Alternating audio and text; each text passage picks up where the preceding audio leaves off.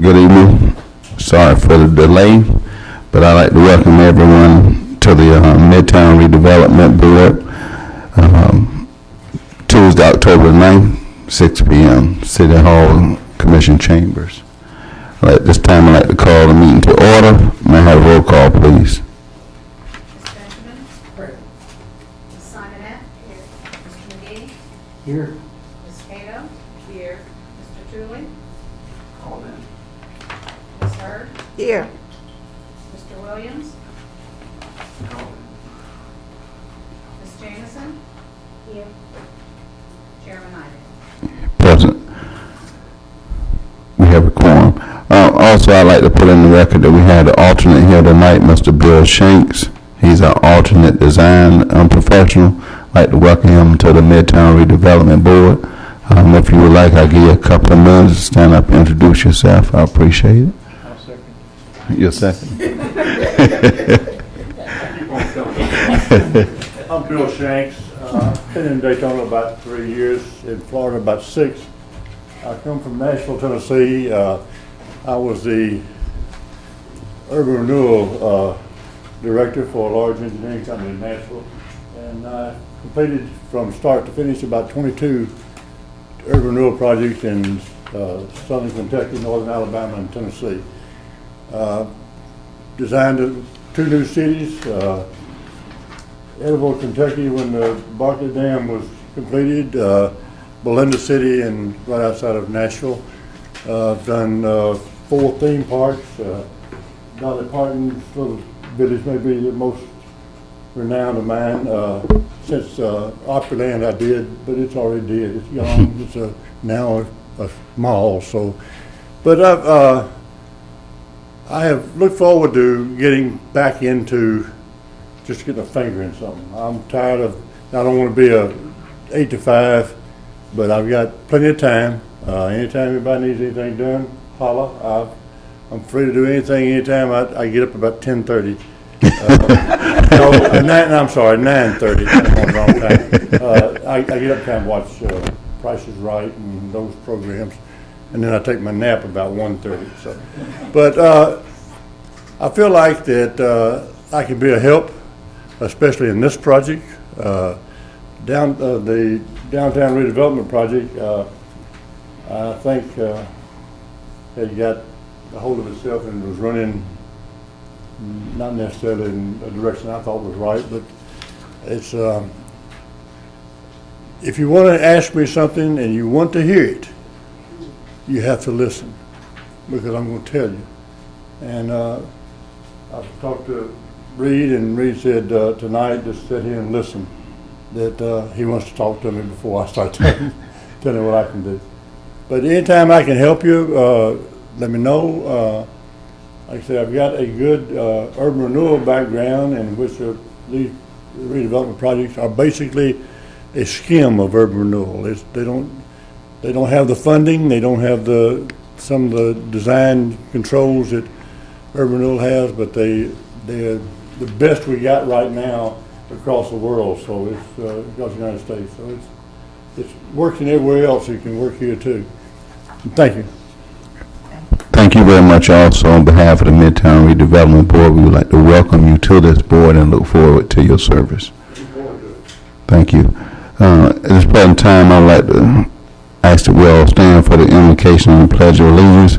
I'd like for the invocation to be led by Ms. Hurd and the Pledge of Allegiance by Ms. Benjamin. Thank you.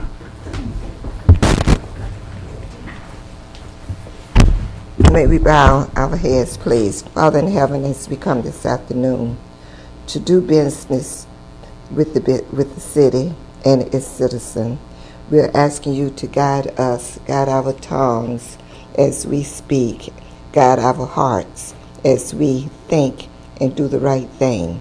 We're asking you to be with us, bless us, and keep us. In your name we pray. Amen. Amen. Amen.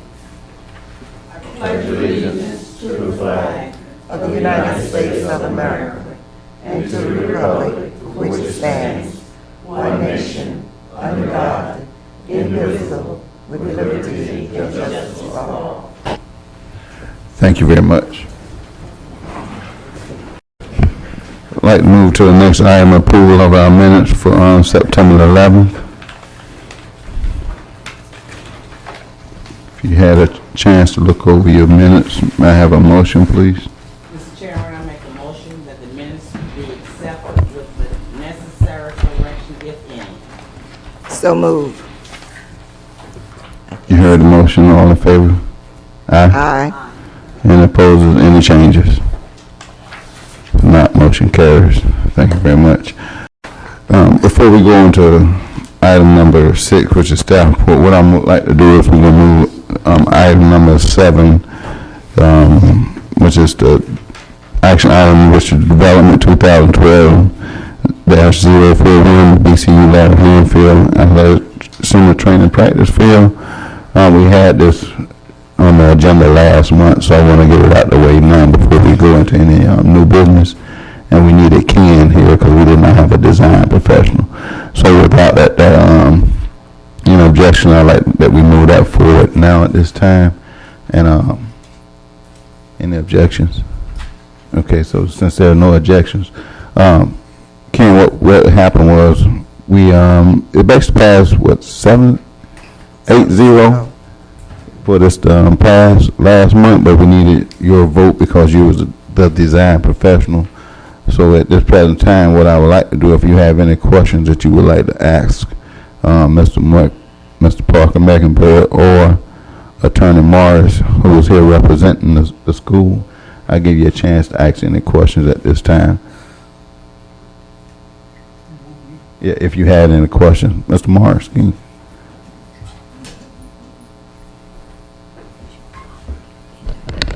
My only concerns at any point was with respect to any noise or congestion that the field might impose upon the neighborhood. And I never ever heard anybody from the audience or any neighbors speak up against it. And I personally, I think it's a very good idea, so I'm in favor of it. Chairman, I'm Jim Morris. I'm here on behalf of the college. And Mr. McGee, thank you for your comments. We did address the noise issues, and the neighbors have attended the meeting in regard to hours of operation and also limitation of use. So I think the neighbors were, generally speaking, satisfied with that approach. What was the limitation of use? Well, from a standpoint of it's going to be used for practice field, it will not be used as a band practice field at all, ever. And that the hours of practice at any time have to cease by 11 p.m. I'm still a happy camper. Good, sir. I'm not trying to make you unhappy. Thank you, Chairman. I'll sit down unless there's other questions. If there are any other questions at this time, I have a motion, please. Thank you, sir. I'd like to make a motion that we approve and accept action item DEV 2012-014 BCU Larry R. Hanfield Athletic Center Training Practice Field. I'll second. It's 041. 041. Yes. Instead of 014. Sorry. I'll still second. Thank you. You heard the motion. Any questions in the discussion? I have one. Yes, ma'am. I still need to know about security. Speak for people. The security that I spoke about. Yes, ma'am. The college will have security services there at all times that the field is in operation, as well as off-hour security to make sure the property itself is safe from the different mischief that could occur. That will be patrolled by the college and managed that way. Thank you. Yes, ma'am. Thank you. Are there any other questions? We have a motion and it's been seconded. All in favor? Aye. Any opposers? Just for the record, We have to Commissioner vote. Ivy, Ms. Simonette didn't vote for Oh. some reason, announced it last meeting. She had a conflict, I apologize. and she'll have to fill out another form for the next meeting as well. And Becky should have that. You haven't announced the vote yet, and I interrupted you. I'm sorry, Mr. Chair. Do we have a quorum? 6. 4, 5, 6. We only have a total of 8 people. Well, you know, you have a quorum for this vote. Yeah, okay. Yeah, without Ms. Simonette. But- Okay. Yes, for the record, I thank you for that correction, Attorney Gross. Ms. Simonette is not allowed to vote because of conflict. So once again, what I'll do is, for the record can be clear, Madam Secretary, we just do a roll call vote for we have a clear record, and that way. Ms. Benjamin? Yes. Ms. Simonette? Mr. McGee? Yes. Ms. Cato? Yes. Ms. Hurd? Yes. Ms. Jameson? Yes. Chairman Knight? Yes. Thank you very much. Motion carries. We'll move on back now. Excuse me, Chairman. Thank you, Board, all of you, for working with us. Look forward to working with you again. Have a good evening. Thank you, Thank Mr. you. Moore.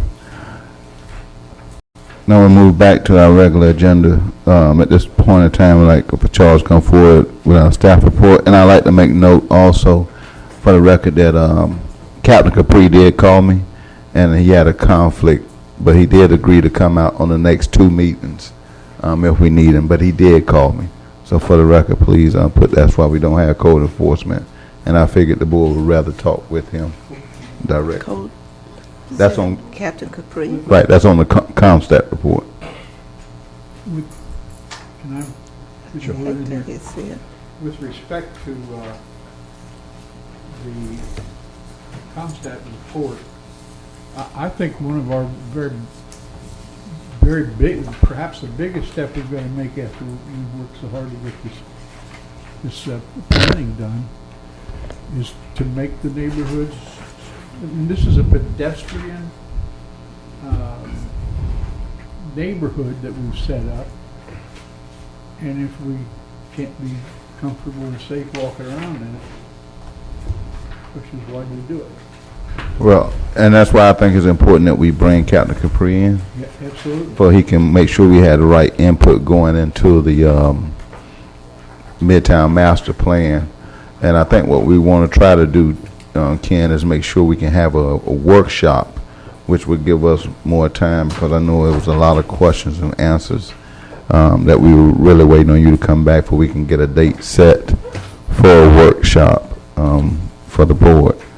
So with that in mind, any other questions on that part of it from any of the board?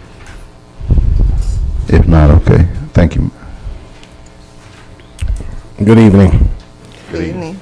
As far as the code enforcement report goes, I'm sure you all have it. I'll just go over it. 520 South MLK. The exterior has been painted. Property has been secured by the owner. 520 South MLK. They finished painting it. The plywood's white. The building has been painted and it's vacant currently, but it has been secured by the owner. 224 South MLK has been cited for exterior damage, oil slick on the sidewalk, parking, and driveway area. There's numerous violations there, so Officer Lopez is currently working on that. 600 ISB, the Citgo gas station. I believe that was brought up by Mrs. Cato. An NOV, a notice of violation, had been issued for the exterior painting, trash and debris. Currently, the owner's maintaining the area clean and is a process of addressing the chip paint. 121 Lockhart Street. That also has been cited for trash and debris, a storage container that's on the premises, and unsecured property. So that's being worked on. 449 Walnut Street is an inoperative vehicle that's been parked out in the street. That's been given to the police liaison unit, and that has been tagged also and given 10 days, or if not, we will tow it.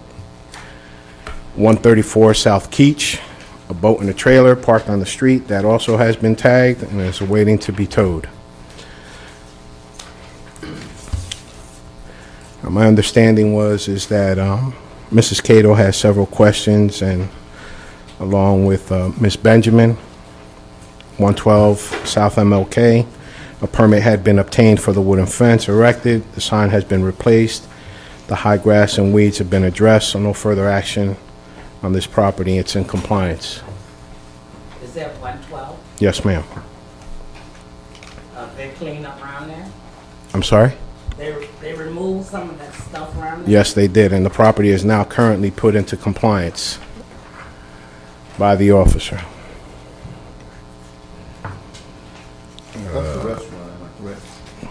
No, they sell restaurants. That's what I That mean. restaurant that's equipment. So yeah, I called All Charles. this stuff was out there, so that's been removed. What they did, Ms. Benjamin, I know they put a fence up which covered the driveway, and I think they moved those trucks. They and moved the backed them trucks, in. correct. Painting too. I'm sorry? It need painting too, just No. like the rest of it. We will address that. There was another property,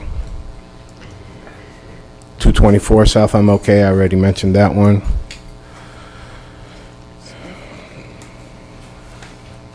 We are also currently working on, I have one officer who's assigned driving up and down Midtown area.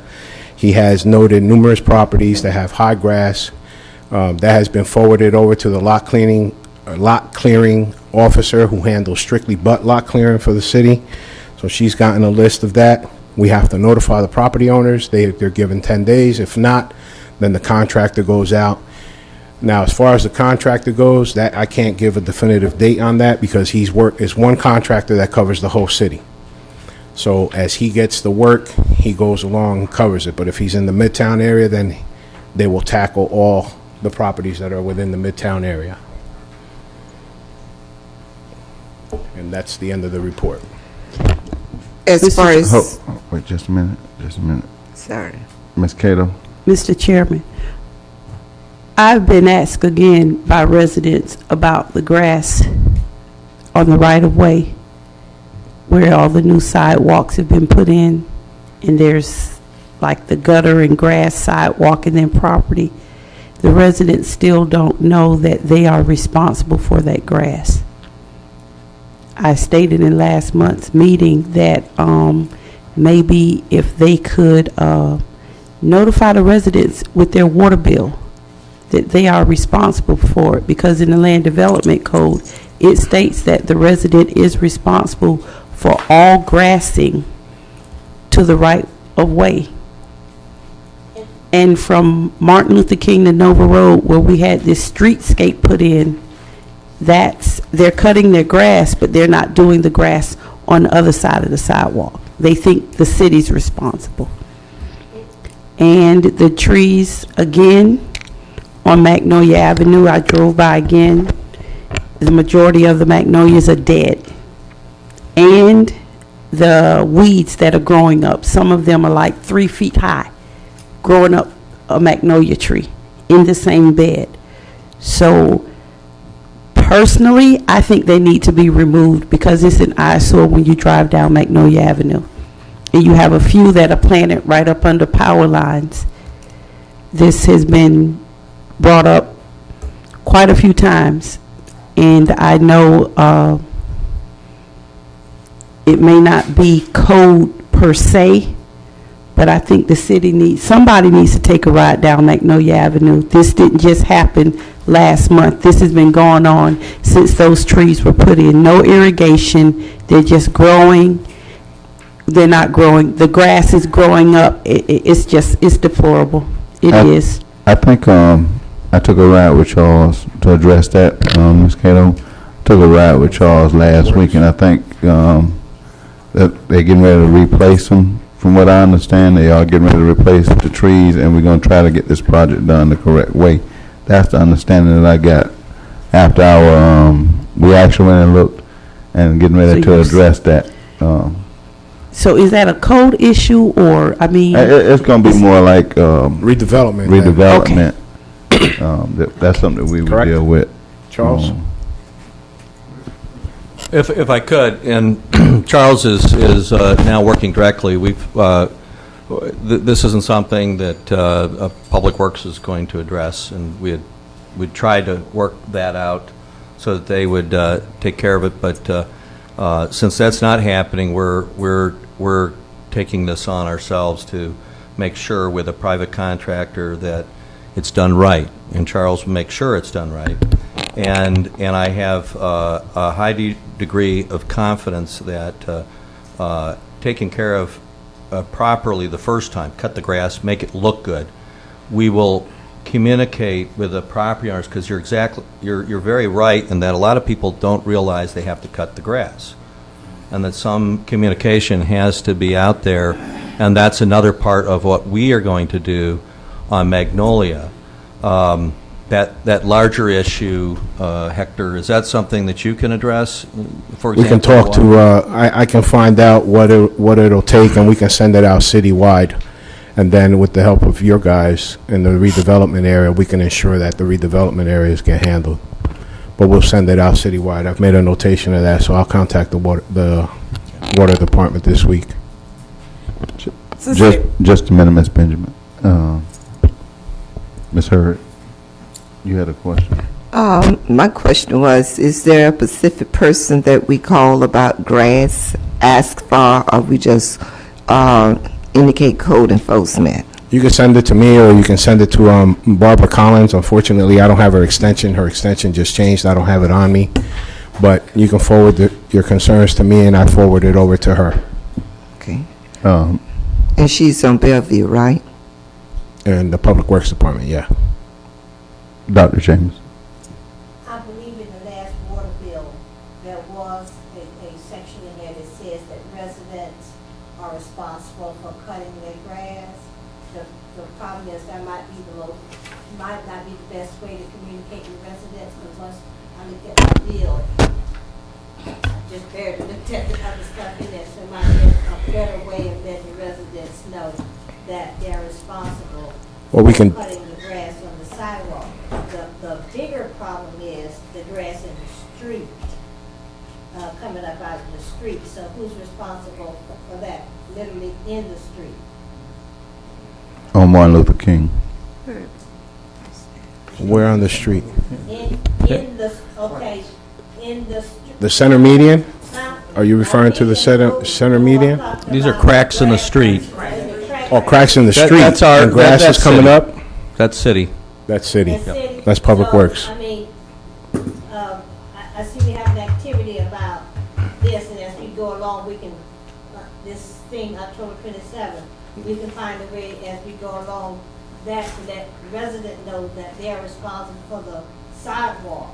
But the streets are even worse than the sidewalks in terms of the streets themselves, and the cracks in it, it's just growing.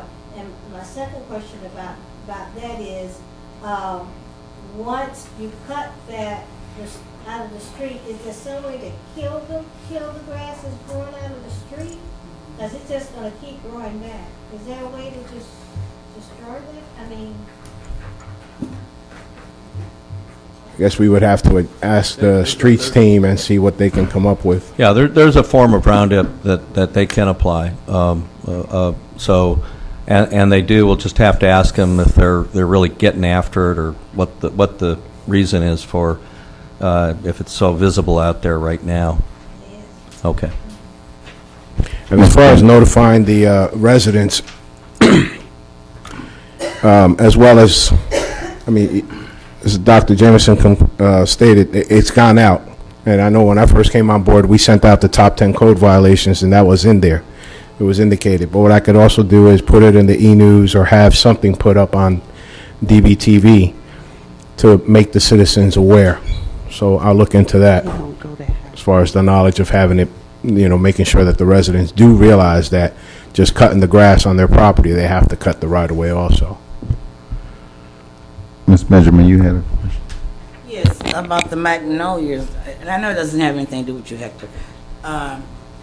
The one that's on the corner of Magnolia and Lincoln Street, you can't see how to come out in the street, so they need to remove that one, period. You're saying it's blocking traffic Yes, it visibility? is. Okay. Yes, it is. The view. Charles, would you note that for the, when they go around? Thank you. Mr. Chairman. Just a minute. Anything else, Ms.? That's it. Ms. Cato? I'm back to a car wash, and is it Mr. J's, Orange Avenue and Martin Luther King? What are we gonna do? Orange. I came there today and there was this big tow truck towing a truck, and I sat there long enough to see the guy put a for sale sign on this car that was towed there, and there's people up in the bay tinning it. Ms. Heard, they had a grill out, and I said, Two, not one. What, excuse me, just for clarification, was it towed to the car wash or was it towed from the car and wash? backed in. When they dropped it, the guy put a for sale sign on it. So outside of, it says car wash, but they have a window tinting sign, and they have a barbecue grill. I'm not trying to hurt two grills. I'm not trying to hurt anybody's business, but this is what happens in Midtown. You open a business for one thing, and people come up, hey, can you sell this car for me? And it's just, I think not every board member, but at least 4 of us constantly talk about this property. Did it ever come in compliance with the drainage, Mr. Bryant? Okay, so, it's just, and it's a hazard to get in and out. I wouldn't go there just because of the way it looks and the people that are there. I'm sorry. That's just me. We talk to them. We forget. They figure we'll come back eventually, but by then, what difference does it make that they're just buying more time? Orange Avenue, Martin Luther King, somebody needs to do something. And I don't know if they have an agreement with the vacant lot, but they have worn it down to the bare roots, because they turn off Orange Avenue, go through this field, pull up in the car wash. Other people that want to confer about something, they pull in. So you got this big mass stuck here outside of people selling candy apples and all kind of other stuff. I'm just being for real. And that's not fair to people who want a business and know the rules and don't do it, but they constantly are in violation. Now, I can remove myself and go up there, but I'll leave that to the city officials. Mr. Chairman. Mr. Chairman, Yes. I'd like to say something, please. I'd like to ask Hector, is it the owner's responsibility? Because I've talked with Stanley before, and I can understand him a little about putting his money in the place and fixing it up. And We're referring to the car wash? the car wash. Okay. The owner of the car wash, is that who you all hit? That's correct. Okay, thank you. And I understand Stanley not putting his money there. So he's not the owner. He's not, Mr. Johnson is the owner. Yeah, he just had a business. He's got the Right. business there. So you got to realize, when we cite that property, we're not going to cite the tenant. We are citing the property owner. However, the property owner has the ultimate responsibility to reel in his tenant and say, this can and cannot be done. So, in reality, when we go and speak to him, we are going to speak to the tenant and let him know that the violations that are on that property, that he's causing them, and that we are going to notify the owner. Now, the owner has 1 or 2 ultimatums: deal with his tenant or evict him. But So when you ultimately, look- the property owner is the one who is responsible. So when you look at it legally, it lies with the owner. Correct.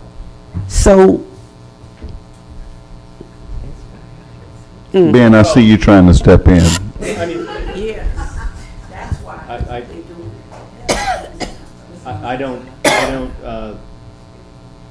I don't work with the code enforcement staff typically for Daytona Beach, but I think under the code enforcement statute, You could cite the tenant. The tenant is also responsible for complying with the land development code. And although Hector and I haven't talked about it, I suspect that the reason why code enforcement doesn't typically cite the tenant is because the ultimate step that can be taken in code enforcement is to put a lien on the property.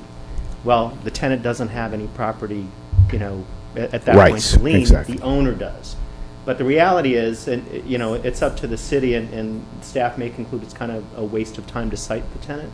The tenant is also, responsible for complying with the code as well. It's just more effective, I take it. Under 162, you have to cite the property owner, which is the Florida state statute. You cite the property owner. And as I stated earlier, when we go, we speak to the tenant, make him or her aware of, these are the violations, you're creating them, we're going to notify the property owner, you're going to deal with the property owner. Now, it takes the property owner to turn around and take a stance and say, you know what's more important to me, collecting my rent or dealing with this issue? I'm not saying that that's the situation there at the car wash, but that's what we're faced with. So we have to deal with that unsightly blight in our community at a major intersection. No, that's not what I'm saying. No, that's What I'm saying is, I understand what we'll you're go out. saying, but I'm just saying, basically, he's going to pay his rent, the owner's going to collect, the owner's not going to do anything. We're going to keep going back to him, and Here's the thing. If the owner does not correct it by forcing his tenant to come into compliance, we bring him before the magistrate or the board. Once the owner starts getting hit in his pocket with a daily fine, he's going to have to take action. so the thing is we've been dealing with this for 3.5, well, I've only been on it, 3.5 years now, and nothing has ever been done. That's what I'm saying. When do we start dealing with the property owner? Hold on just a minute, Ms. Cato. Let me get this question out. I understand what is being said, but it is very easy to go to the tenants. They have license from the city to open the business. So it does seem as though that we can hit the tenants also. Now, if not, if it was left up to me as the owner, there wouldn't be a problem because you abide by the city rules, my rules, or you can hit the highway. Money doesn't matter to me when it comes down to following the rules. So this is all I'm saying, is the tenants and the property owner. And I can understand what Mrs. Cato is saying right there in Midtown, our busy intersection. We cannot wait until they repair Orange Avenue before this is done. We need to go ahead, see Mr. Weber Johnson, see Mr. Stan Miles, and clean up. Because I have also observed several cars for sale. And that's one thing we did talk about. So I just would like for it to be cleaned up. One other thing, when you send out your notices concerning the grass, maybe you want to put in parentheses or emphasize between the sidewalk and the street. That is being clear to the person who's reading it. Okay? And since I'm speaking, Mr. Hector, Yes, ma'am. we had a big homecoming game this weekend. Yeah. And I'm one of those who try to follow the rules of the city. I try. And I checked with the city Monday, and only 2 people, that's me and one other person, purchased a TPA. From Lincoln Street all the way to Nova Road, it looked like trash. It looked like a Congo, carnival. Everybody on every corner. I won't call names if you want me to give you some names of people and things, but 2 people pulled permits. I'm not talking about Bethune-Cookman. I don't have nothing to do with Bethune-Cookman and behind the gate. I'm talking about down 2nd Avenue from Lincoln Street west. They did not have permits to be out. And that's the same thing about 1 or 2 people selling fish, barbecue on the corner.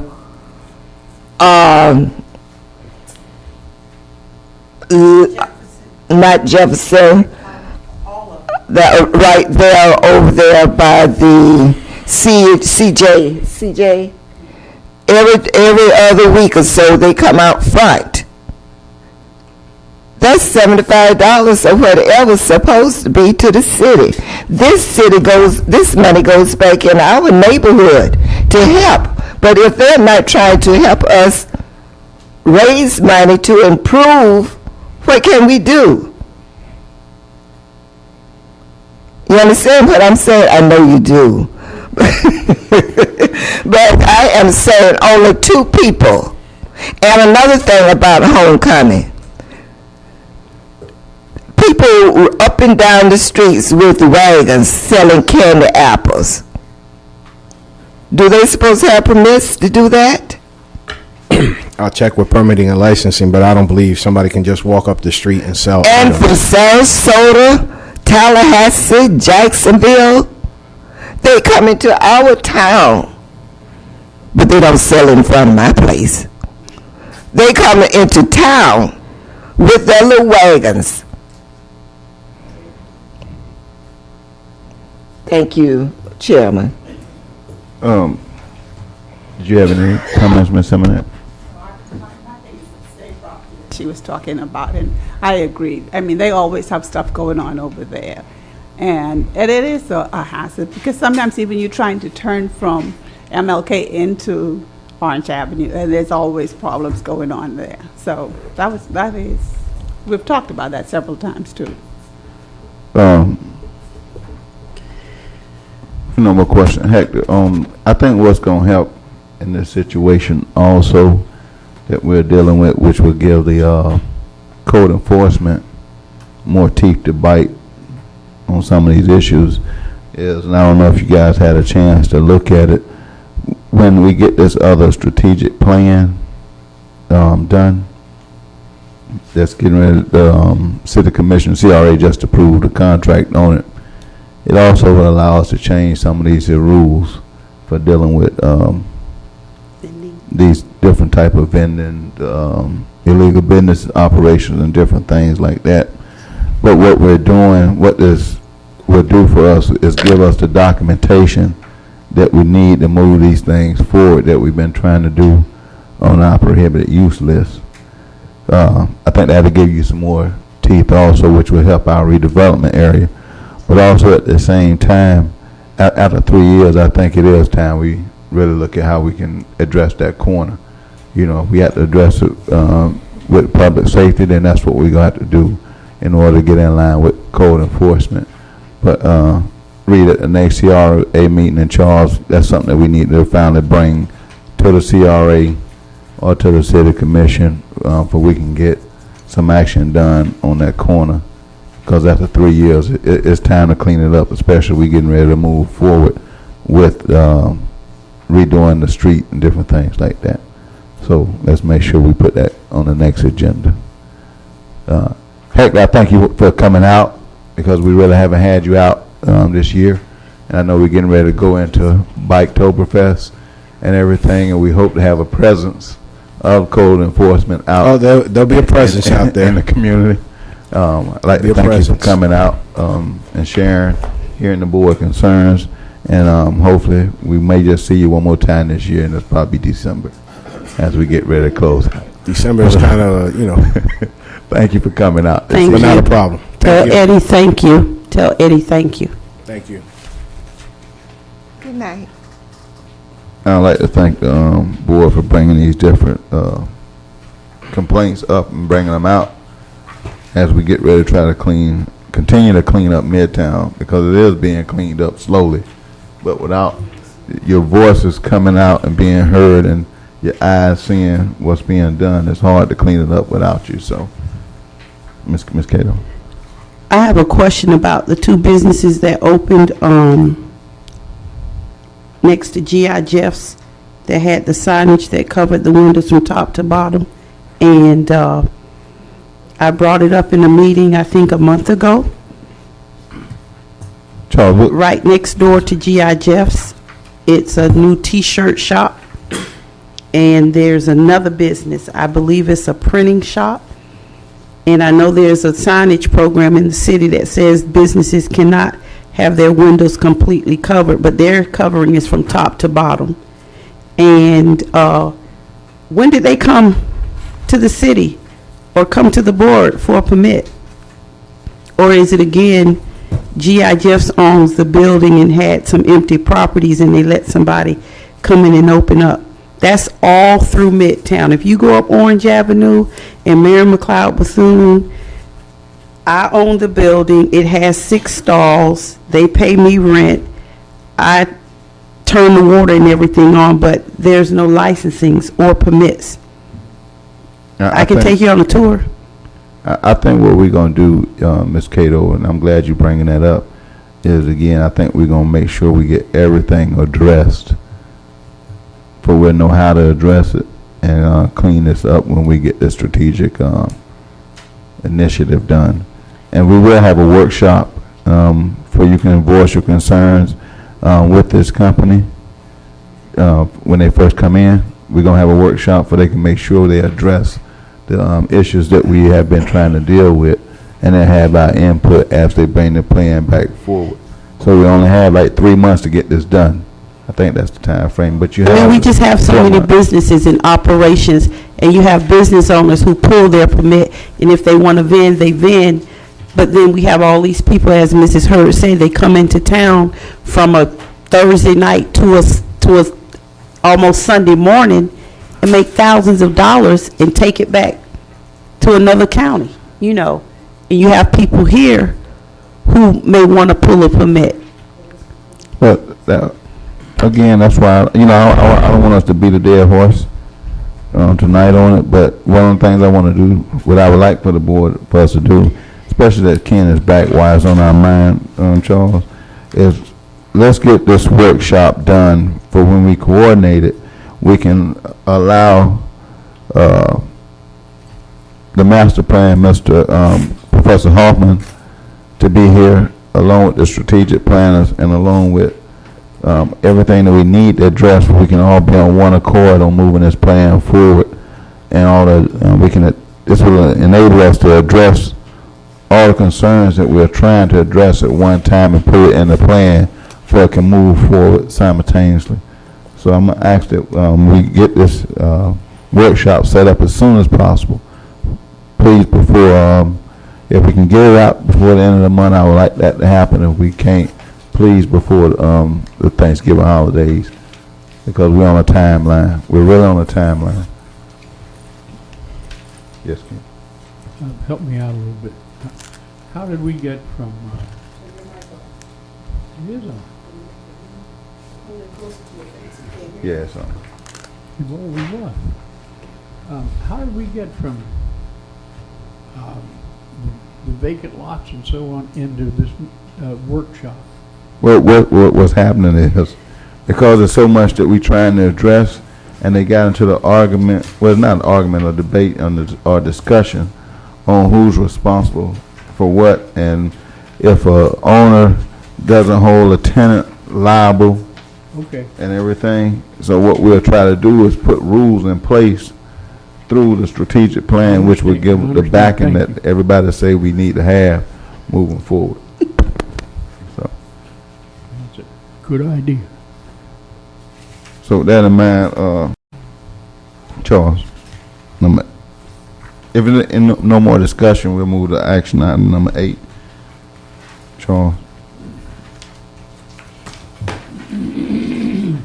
And on action item number 8, that's the Midtown master plan redevelopment.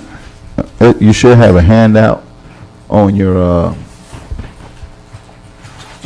in front of you also. And had like 15 of them on it.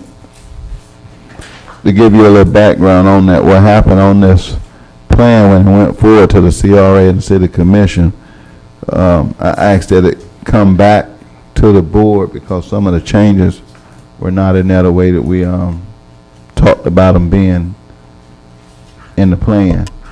So the City Commission agreed that we should come back and make sure that we have the right wording and verbiage in the plan before it moves forward. That way I think we all feel a lot more better knowing that these changes are at least in the plan going forward before it can get sent up to the state. So that's why we asked for it to come back. So I'm going to ask if, as we go down this list, if you have any other questions while we're dealing with this, make sure I'm going to open this forum up right quick. So when we're talking, I'm going to ask that we respect one another if you got questions while we're doing this. I'm also going to ask, I'm going to go outside the box a minute.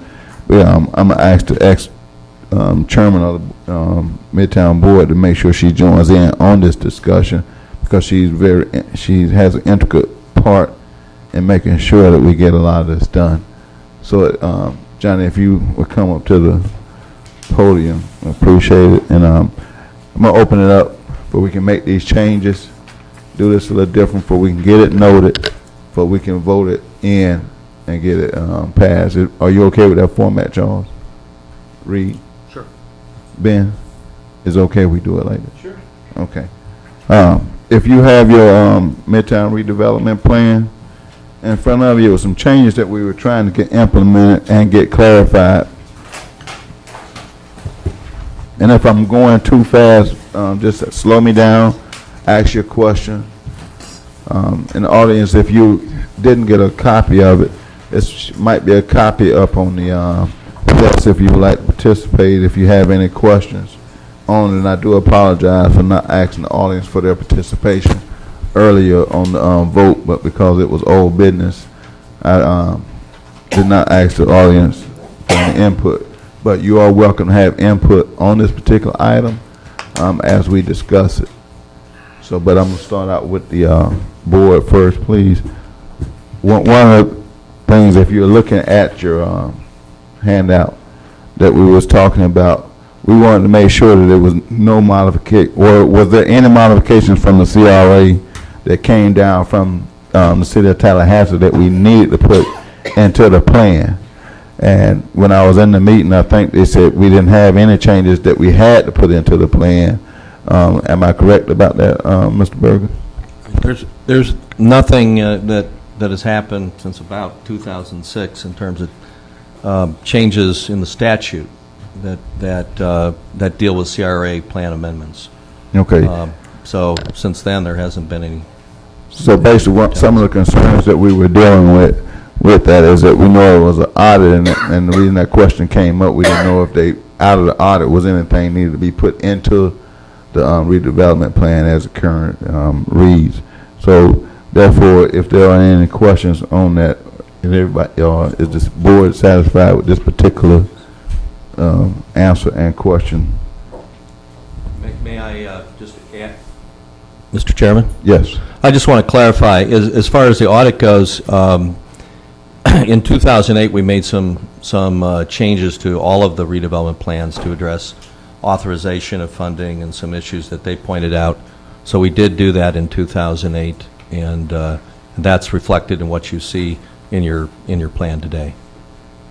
Thank you. You're welcome.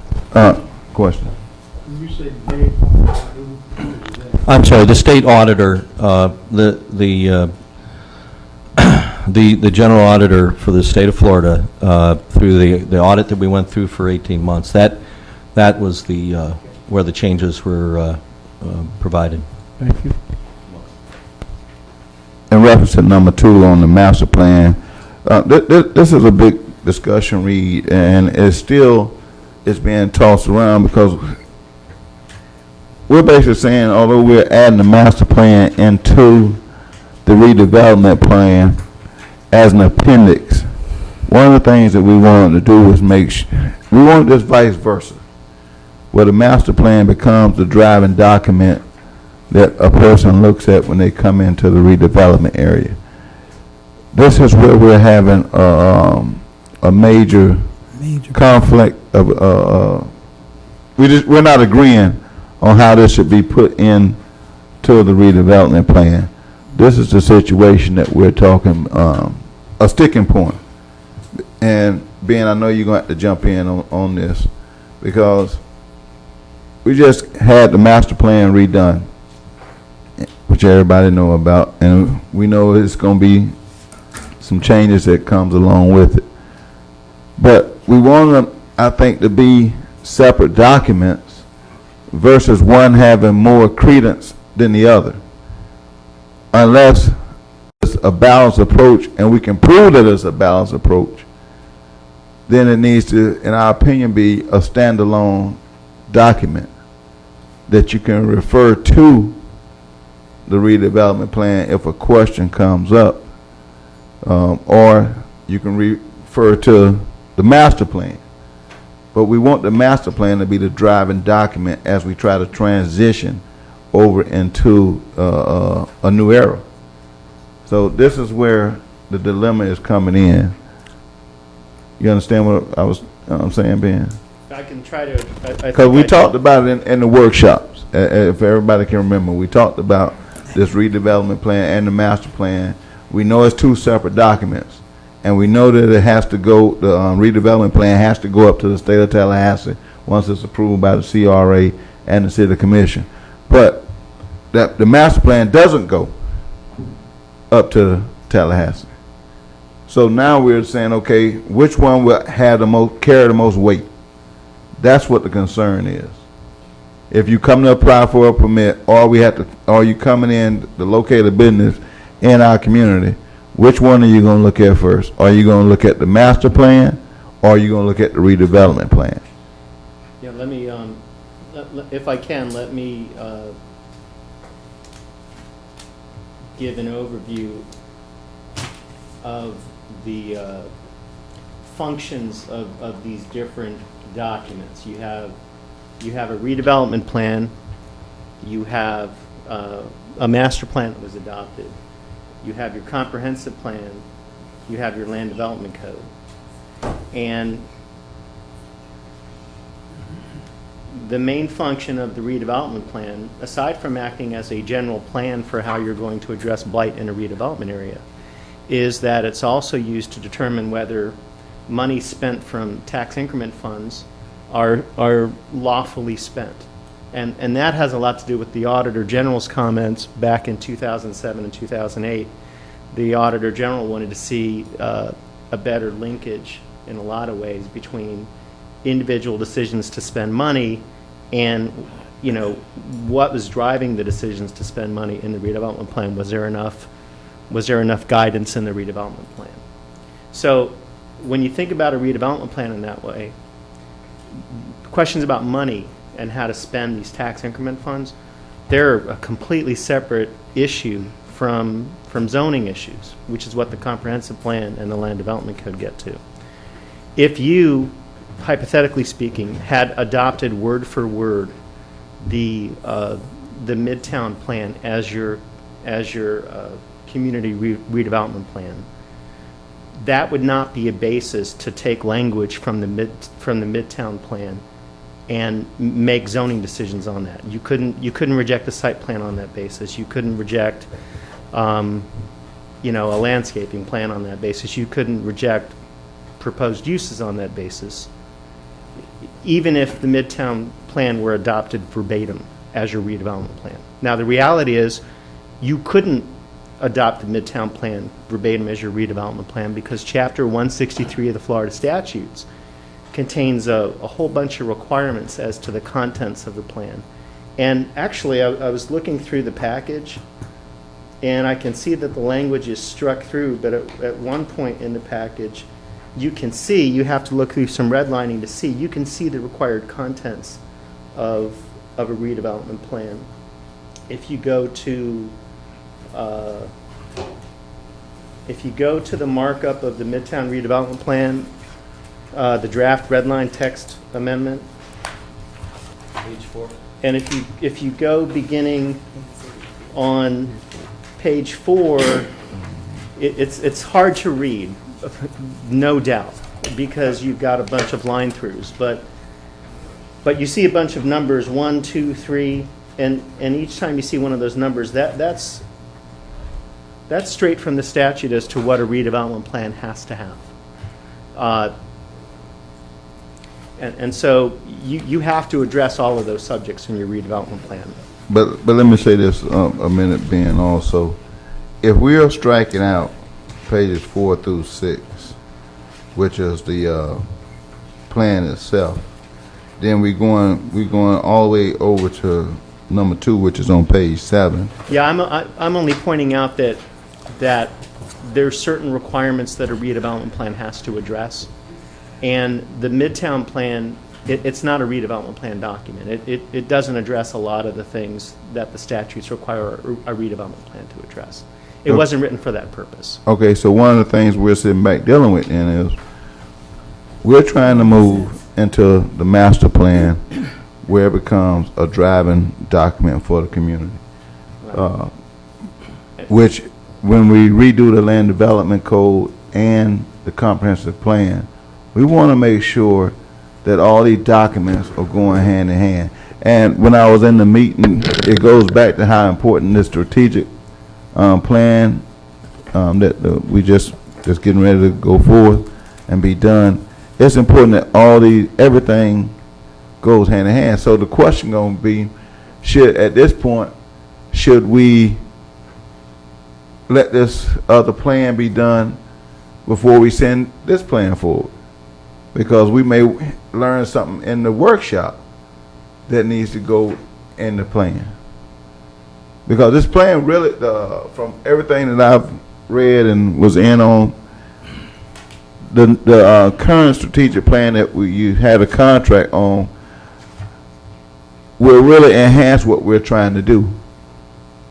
I mean, it just will. They came in with what it'll take to make a plan works. That we'll receive all that. They'll show where we need to place different businesses throughout the community, how the master plan will actually work with the redevelopment plan, but they'll show us how to all put it in line together for when we're getting ready to do the land development code and the comprehensive plan. Everything should match. If I can. If I'm listening right, so I mean, I'm asking. If I can, a couple of things. You're right. Unless and until requirements from the Midtown plan were put into an ordinance, a zoning ordinance, they're not enforceable as a zoning ordinance. That's the first thing. The second thing is, and I say this with the understanding that I wasn't the attorney on the board for a lot of the time that you were working on both this redevelopment plan modification and the Midtown plan. So I'm not intimately familiar with either of those documents. But I will point out one thing, and y'all as a board you're free to recommend whatever you want to recommend to the City Commission and CRA. But one reason to adopt plan modifications now has to do with what I was talking about a little while ago when I said one of the functions of the redevelopment plan is that it's what the Auditor General would look to and what anybody who wants to challenge us could point to when we make spending decisions on tax increment funds.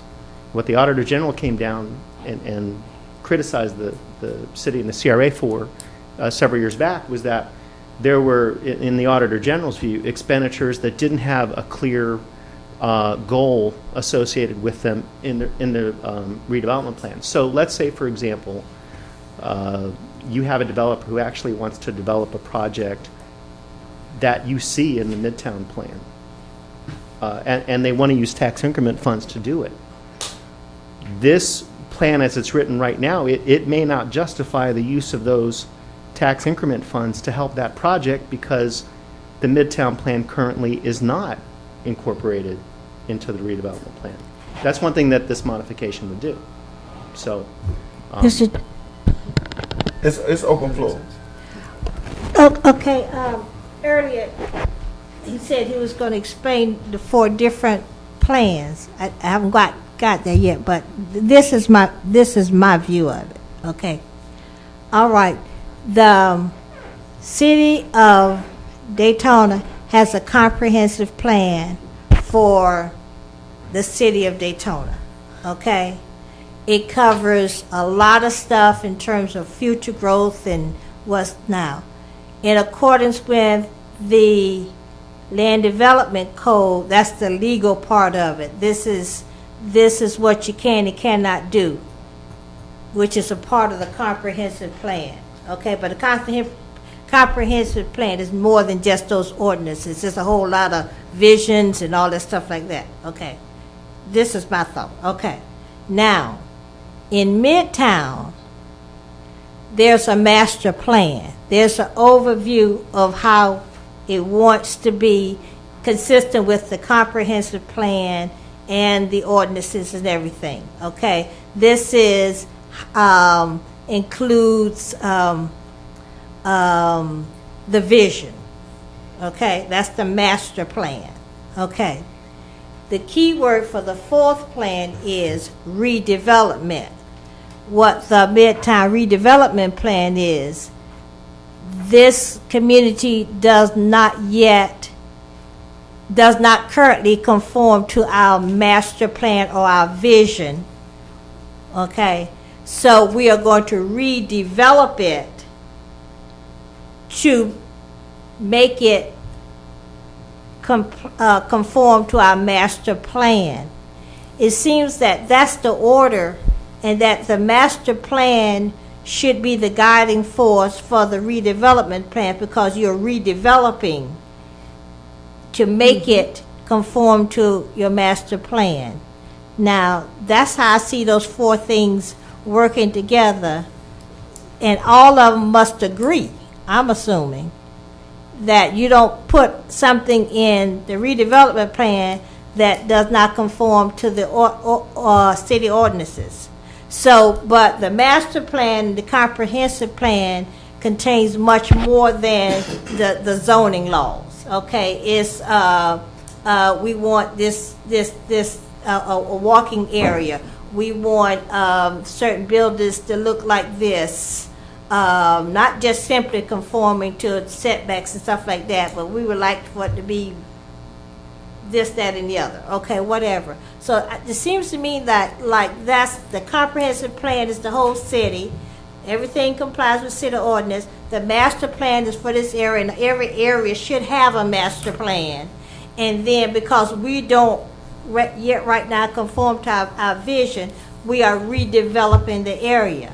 So the master plan comes before the redevelopment plan. If we were already meeting our vision, we wouldn't need redevelopment. You see what I mean? So this is the order that I see it. And if I'm wrong, I need to know, let me know. So basically, the master plan needs to be in the redevelopment plan, is what you're saying? No, the redevelopment plan is the plan to make the master plan a reality. Okay? So what they're saying also then is that we need to put it has to be in here somewhere. Somewhere we got to get these documents included. Okay. My thing is that when we started putting this plan together, when we all came together to put this together, it was, Reed said in one of our workshops, and you all was there, that it needed to be 2 separate plans. A plan over here, redevelopment, and a master plan.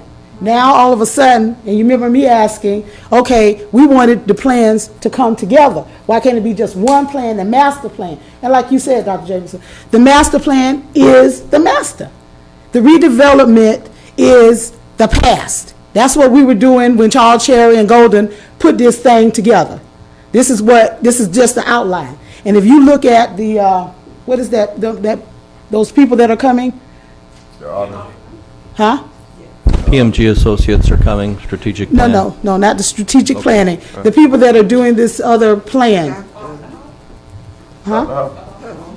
No, not Professor Hoffman. No, but you all, this group that's coming, that's trying to put everything together. The land use. Oh. Yeah. Yeah. You know who I'm talking about? Yeah. I can't think of the name of it. What's the big plan being done for the city? Yeah. They on module 3. The Clarion. The Land Thank you very Development much. I'm Code sorry. rewrite, Had yes. a Okay. brain freeze. The Clarion. The Clarion is saying that in Midtown, there is nothing. We don't have anything. We can do anything we want to in this 163 because we have nothing in there. There is nothing that says Midtown can do blah, blah, blah. Midtown can do this. If you go and you look at the Clarion, and I've read all of them, you won't see Midtown in there. It is now that the Clarion brought it to us, but before, there was nothing that said anything about Midtown. Yeah, and that's the problem that we was having, and what Johnny is talking about is, in the Clarion itself on the LDC rewrite, is that all they was putting in there was just a shell. And now we trying to say, wait a minute, let's fill some of the shell in going forward.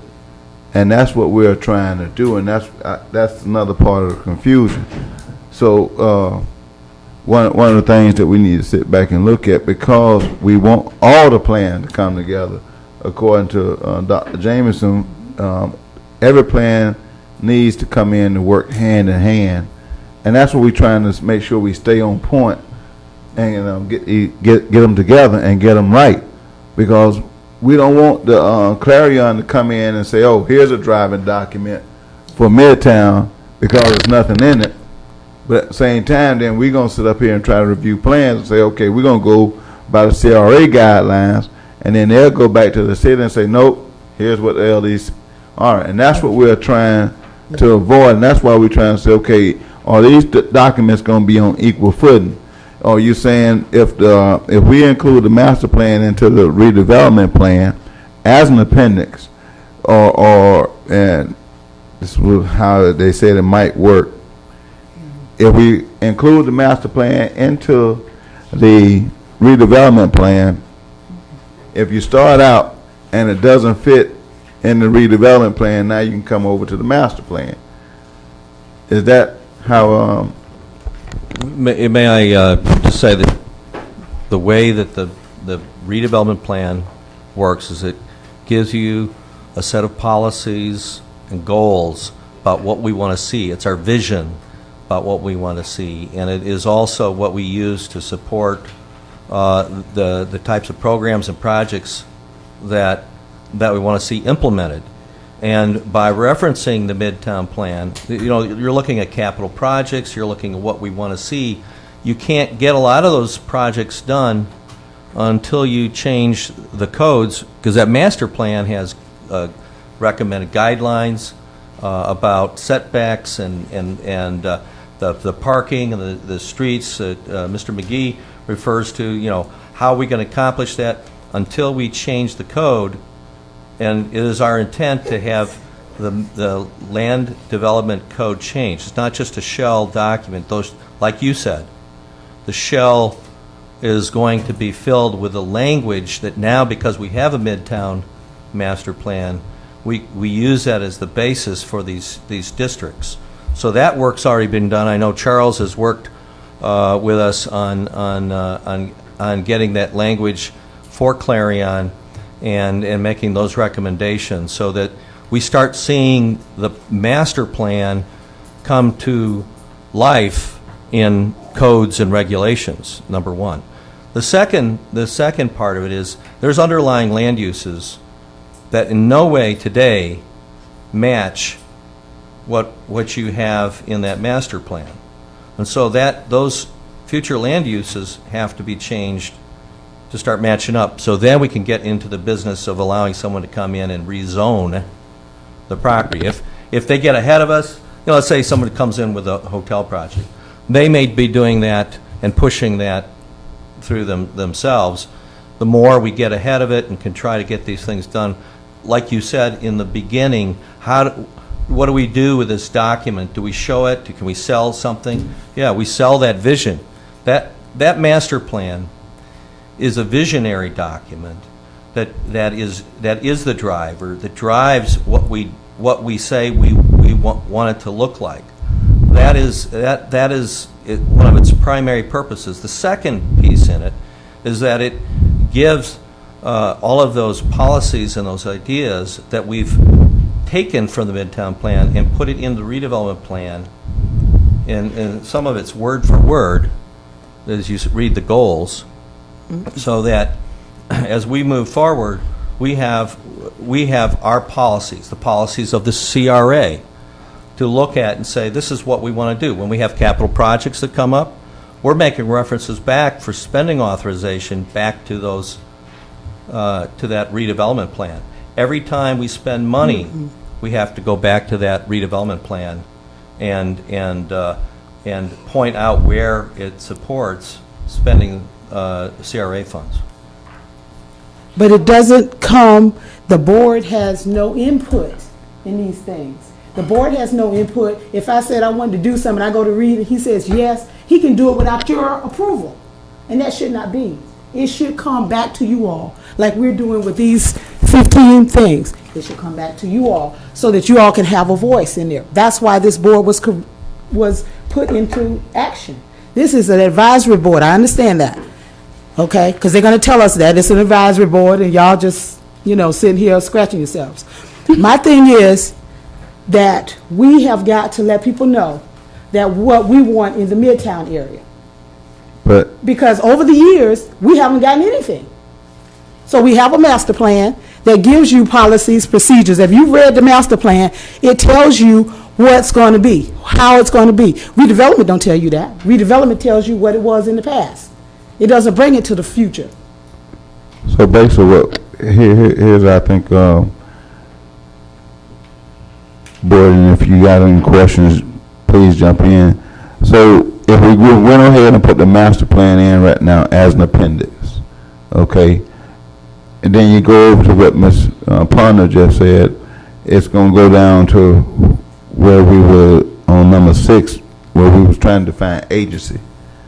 And that goes back to her point that she's trying to make is, as you read this document, and it was brought up in the city commission meeting also, that who is the agency? And one of the things that we want to make sure we define who the agency is, because if you look in the appendices or your documents, it doesn't define the Midtown Redevelopment Board as part of the agency. Well, no, the agency has already been defined by the city commission to be the city commission acting as the CRA. As a CRA. And all the references that you see in all of the plans to the word agency are to the community redevelopment. What is the agency. one that has the apostrophe S, Ben? It's community agencies, but it has an apostrophe S. And I know that sounds really petty to y'all, but when you go and do things, you got to be wary of these wordings, because these little wordings and these little apostrophes going to say that anybody, John Blow and his group, can be an agency, because it says apostrophe S. That means more than one. I was taught in school now. Maybe I was wrong, because I'm old now. But it should say, if it's going to say anything, spell it out. Say city commission. Say staff. Redevelopment staff. Why are you trying to make it so convoluted so that when somebody does come, they got to be asking the same questions I'm asking? And I'm asking this because I know what these mean. I've been doing this for a while, and I know what city is doing. I don't want part of the master plan in this. I want the whole master plan and everything that we talked about in this plan. Don't take it and chop it up. Put some of it over here that you like and that staff likes. That's not what we like, because we know what we like in our area. That's what I'm saying. And I want it to be clear about that. I'm not really happy with this. We worked long and hard. And wording means a lot. Apostrophe S's, that could be anybody. Yeah, I understand what CRAs is. I'm not a fool. I know what that is. I know what city commission do. I know that. But these apostrophe S's and all these other little wordings that they are put in here is set to destroy the plan and to keep the plan, to make the plan a failure. And if you let it go through, I don't say let's hold it out to next city commission come in. I don't believe that. But I want staff, Reed Berger, to make sure that what we're asking for is in the plan, and not this thing that we just got here recently that's full of things that shouldn't be there. Praise the Lord. Praise the Lord. Okay, I did it. But my thing is, you know, we have to define what these wordings are, because they're not going to help our plan, people. This is what I'm saying. It's not going to help our plan. And I want this plan got some good stuff in it. Perfect? No. I keep saying that. Say it to the city commission. It's not a perfect plan. But it's a good plan. And we can keep tweaking it and doing what we need to do to make it better. But we got to be on staff and make sure that we're not getting screwed. I mean, okay, well, I said it, it's out. That we're not being taken advantage of, okay? Because, again, I keep going back to wording. Y'all look at me like I lost my mind, but wording means a lot. And there's some wordings in here that I don't like. And it doesn't be good for us. Now, they can spin it, but it ain't good for us. And if you let it go through like this and not change these 15 things, you need to vote on everything, because when we were at city commission meeting, they were saying that the Midtown board didn't vote on anything. Mm-hmm. But you all gave Chairman Ivy the authority to do these things. But now all of a sudden we got to have a vote. So we need to vote on each one of these things and have it for the record, Ms. Secretary, verbatim if you can get it. Because when we go back, they're going to say, well, you all didn't do it right. Do you understand what I'm saying? Is everybody getting me? And that's what was a lot of the problems, that when we are trying to get these different things accomplished and put into record, they have a tendency to change. And that's why we're trying to bring it back to make sure that we're getting the wording the correct way. So one of the things, again, I'm going to ask you this question, Ben. If we put this in the workshop to make sure everything matching, will that hurt us now? I'm sorry, I don't understand the question. I want to make sure that all these plans are matching up in accordance with the strategic plan that we're actually getting ready to bring in and get some help on. How important is it that I would have had this document correct moving forward? That's my take on it. As a board, I'm going to ask that we put it in the workshop. I know it'll slow it down, but if we put it in the workshop, okay. Why could we not, why could we,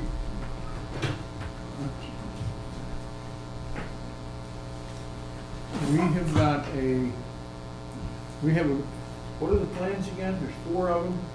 Well, you have a redevelopment plan, Comprehensive a comprehensive plan, development code. and a Midtown plan. And then you have your zoning code, your land development code. That's not a plan, that's the law. Wow. And frankly, even though the comprehensive plan is called a plan, it's the sort of constitution that your land development code has to follow. Land development is the most important part of that. And everything that we do, we have to make sure it lines up with the land. Yeah, the land development code have to match the master plan. Yeah. And see, the master plan, if you've read the master plan, it gives you all of those different things. It gives you all of the things that we need. That's why we need the master plan. Clarion, did you get the Clarion? You got the LDC, comprehensive plan, master plan, which is out, and the Comprehensive, I got And if you read redevelopment, it doesn't say anything about Midtown, and what's the 4th? The land development code.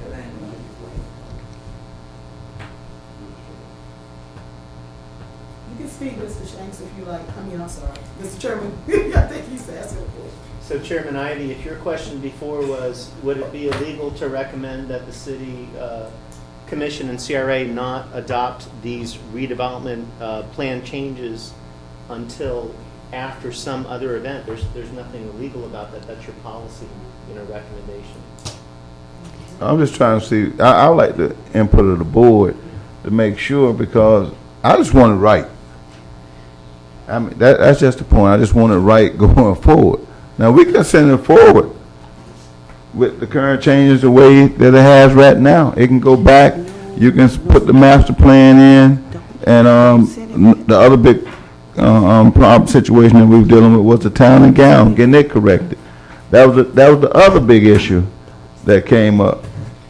So, Why could we not just, if we're doing a redevelopment plan, that somewhere up in the top 3 or 4 or 5 lines, it said all planning shall be in substantial conformance with the provisions of the Midtown master plan. All right. Yeah. Yeah. quote that again. No plan should supersede the master plan. Can you quote that again? But- Ben can.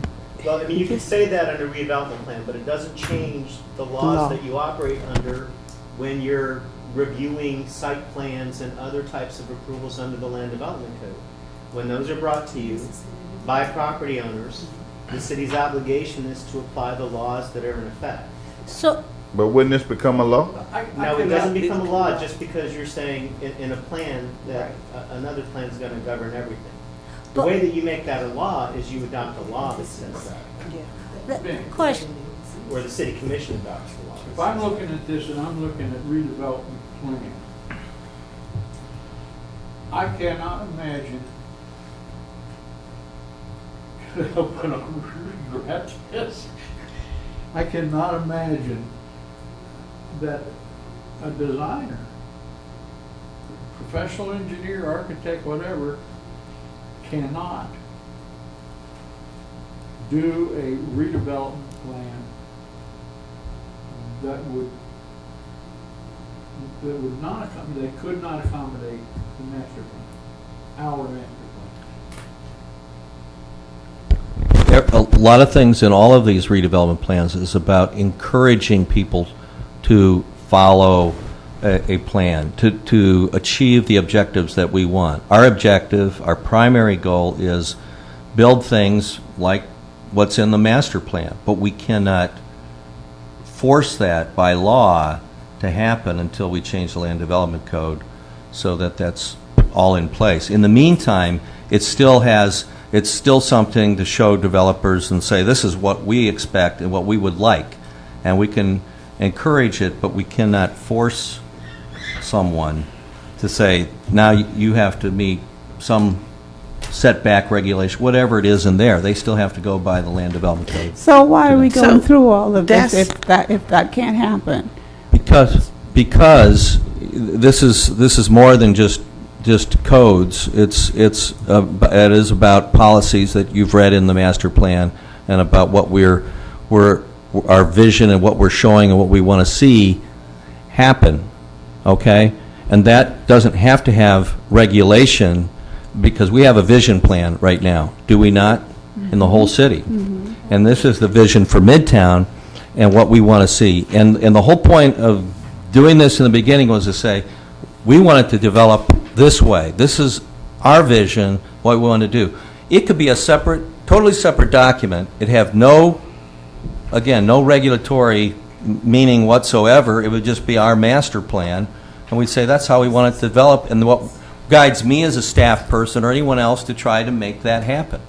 But then So if that's the basically- case, it's not making it, to me, it's not working because it seemed like if you're going to go through this, then you should then put this or something, make it match with the other one so that when they come to you and you approve it, you're approving something that we would have had rather than just saying, well, this is what I want you to do. Because if you're just telling me this is what I want you to do, but I want to do it here, then I could go ahead and do it because you could approve it, and I'm going ahead and doing it my way instead of the way from this plan. So, Mr. It seems to me like the problem is that the master plan and the redevelopment plans were developed and the code enforcement, land development code, is so outdated that's the problem. Okay. But when the master plan and the redevelopment plan was written, it was based on, I guess, anticipating that at some point the land development code was going to be changed. okay? And it's I guess it's the issue of the cart before the horse, because the codes are so outdated that instead of the plan being based on the land development code, now we're going to have to make sure that when the land development codes are redone, it incorporates what's in the existing plan. But one You got it. one has to be done. The land development code needs to be done in a hurry. Okay, because until that's changed, incorporating what's in the master plan and the redevelopment plan, we have no authority to do anything. Because it is the law. Okay, so it's right now we're at a standstill until the land development code catches up with the master plan and the redevelopment plan. Saying all of that, what's the anticipated, two questions, time that the Clarion is going to finish this, and are they going to incorporate, is anybody ensuring that they're going to incorporate the wishes in the master plan and the redevelopment plans? Are they going to read that while they redeveloping that? That's what Professor Huffman is supposed to be working along with the Clarion in order to make sure that the master plan is being implemented into the land development code. And that's what we got him on contract to do. And that's why the workshop, we probably need to workshop this, because all your questions, it really will be answered. Because exactly what you just said, that's why we have two contracts running right now, for we can get this done, for it all can go into the Clarion, for when they go to do our part, the Midtown redevelopment part in the Clarion, all ours will basically be done. So the only thing we'll be doing is modifying or doing amendments to the Clarion. But ours should be ready to go into the Clarion if we do these workshops and get everybody on hand. But I mean, we can send this forward. We can send it forward with some changes. But I'm just saying, you know. So I'm agreeing with you. it's my understanding we're just holding our master plan because of the LDC, which is my understanding, according to the attorney, the law, that we must abide by the LDC. You did state that the LDC was the law. But the master plan will also, our master plan will change the LDC to match the master plan. Because if we're redoing the LDC according to the master plan, that would be the new law. No. He said the LDC was the law that governs all the boards, the entire city. We have a master plan, but until we incorporate the changes from the LDC into our master plan, there's no need in sending anything anywhere. We need the LDC to complete our master plan, or we're just going back and forth. Am I correct? And to speak to your point and Dr. Jameson's point, if you look at page 12 and 13 of the redevelopment area plan, I think that's what the redevelopment area plan urges. It urges the amendment of the land development code, or it supports the amendment of the land development code to adopt, if you look at policies 5.51 through 5.54 and then all of 5.6, that's the language that says it's a goal of this redevelopment area plan to implement land development code changes for consistency with the Midtown plan. Mr. Shanks, I seen you might have had a comment. You're welcome to join in. Please. Because you're going to be alternate, so you need to know what's going on.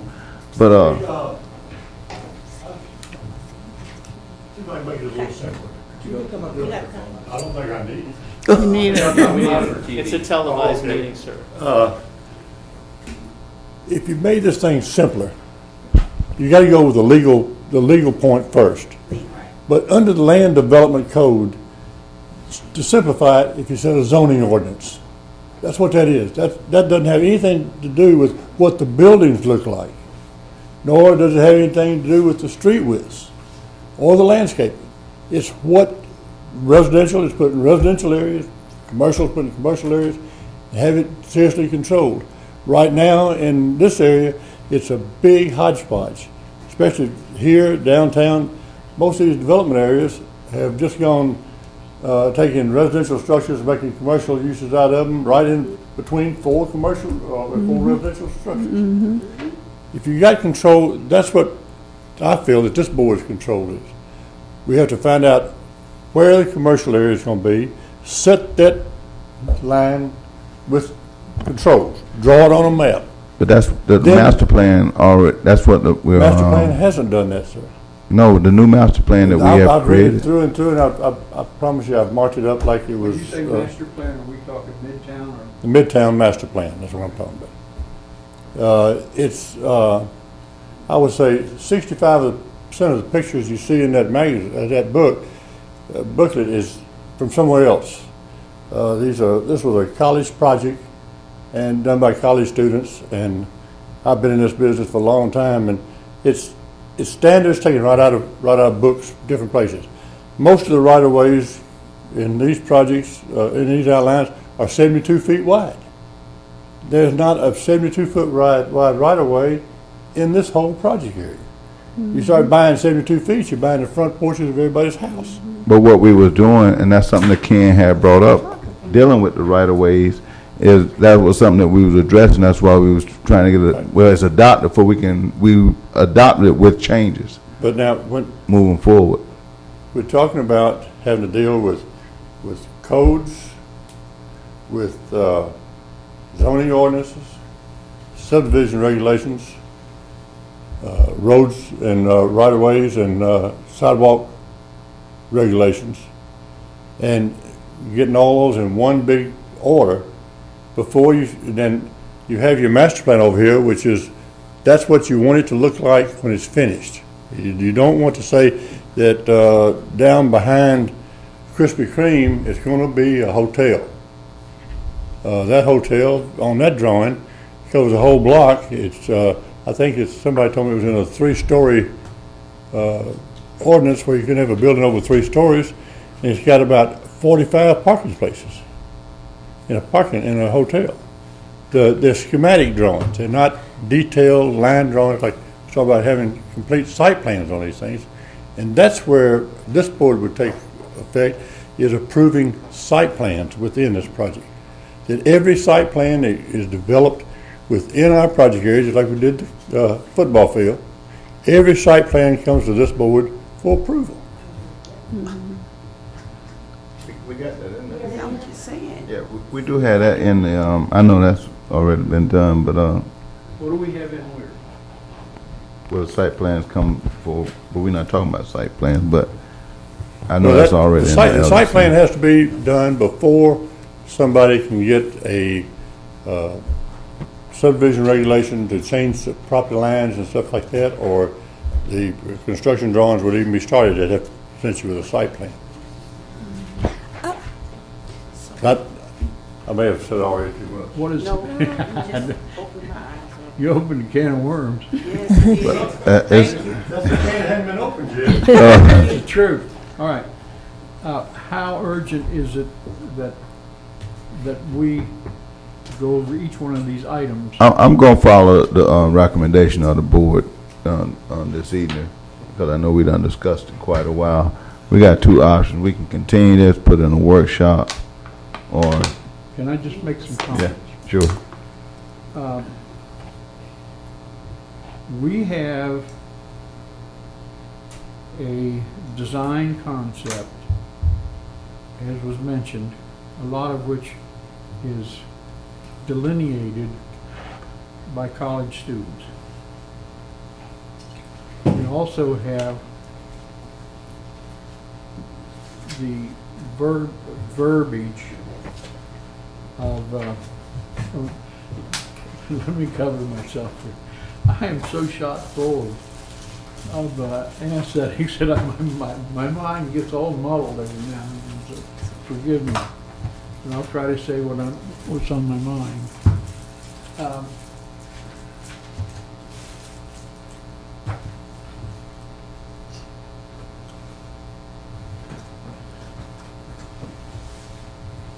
the picture that I had, the vision that I had for areas of Midtown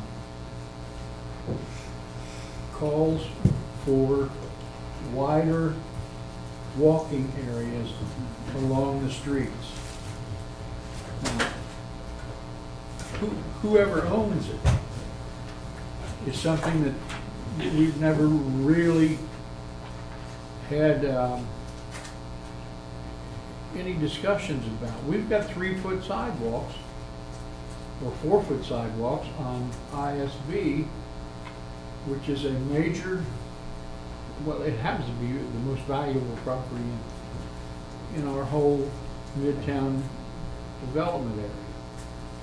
And in that 4 feet, we've got telephone poles, light poles, you name it. And a lot of places it's 3 feet, or I don't know about less, but 3 feet to get from somebody's property line, and they're built right to that property line, and the edge of a pole is stuck in the sidewalk. And we've got to deal with that. The plan, the vision that we're all sort of chasing is the boulevard look. And I think that's important, particularly on ISB, well, in the certain streets, you know, MMB and MLK. Those are areas that we need to deal with in terms of sidewalk widths, so that we can set up the character that we're looking for. And the character that we're looking for is pedestrian. It's a very popular concept that came into vogue probably 10 years ago. And then we got involved in, we've got to look up something here. 5 point. It's the form.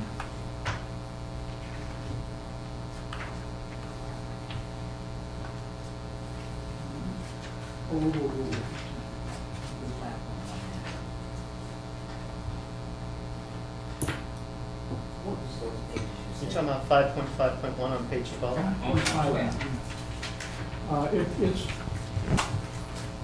It's establishing the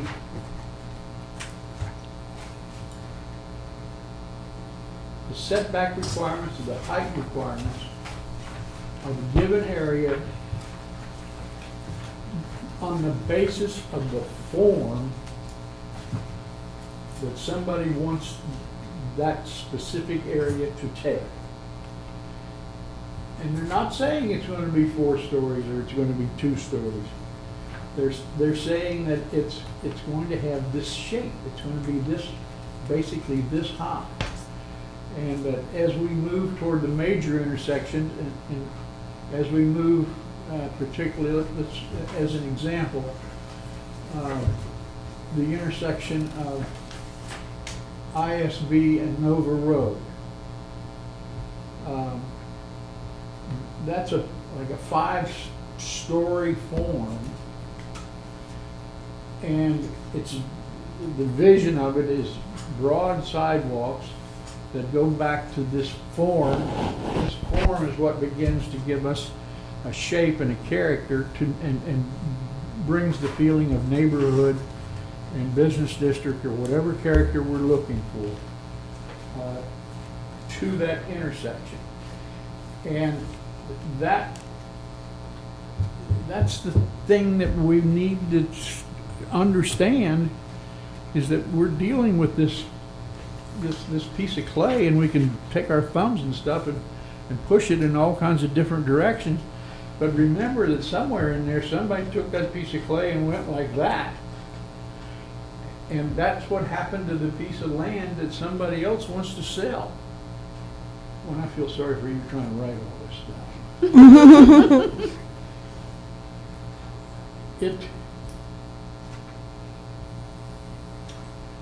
There is an area in in the master plan, or there's some language in the master plan that deals with residential. And it says that the floor level of these residences, future residences, shall be 2.5, 3 feet above the sidewalk. And that's coming straight out of Seaside. Is that the name of it? Yes. And now what you're asking is, we want to develop some residential lots somewhere. It's in two districts. And you're asking me to build up a stem wall and fill it full of dirt. I can't just go up there and build on, either I can't, or you're suggesting that I should not build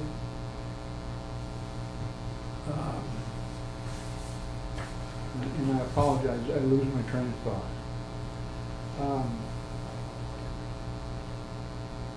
I should spend the time to build these stem walls up around my new house and build the floor plan up here, and to do that I got to fill this with dirt.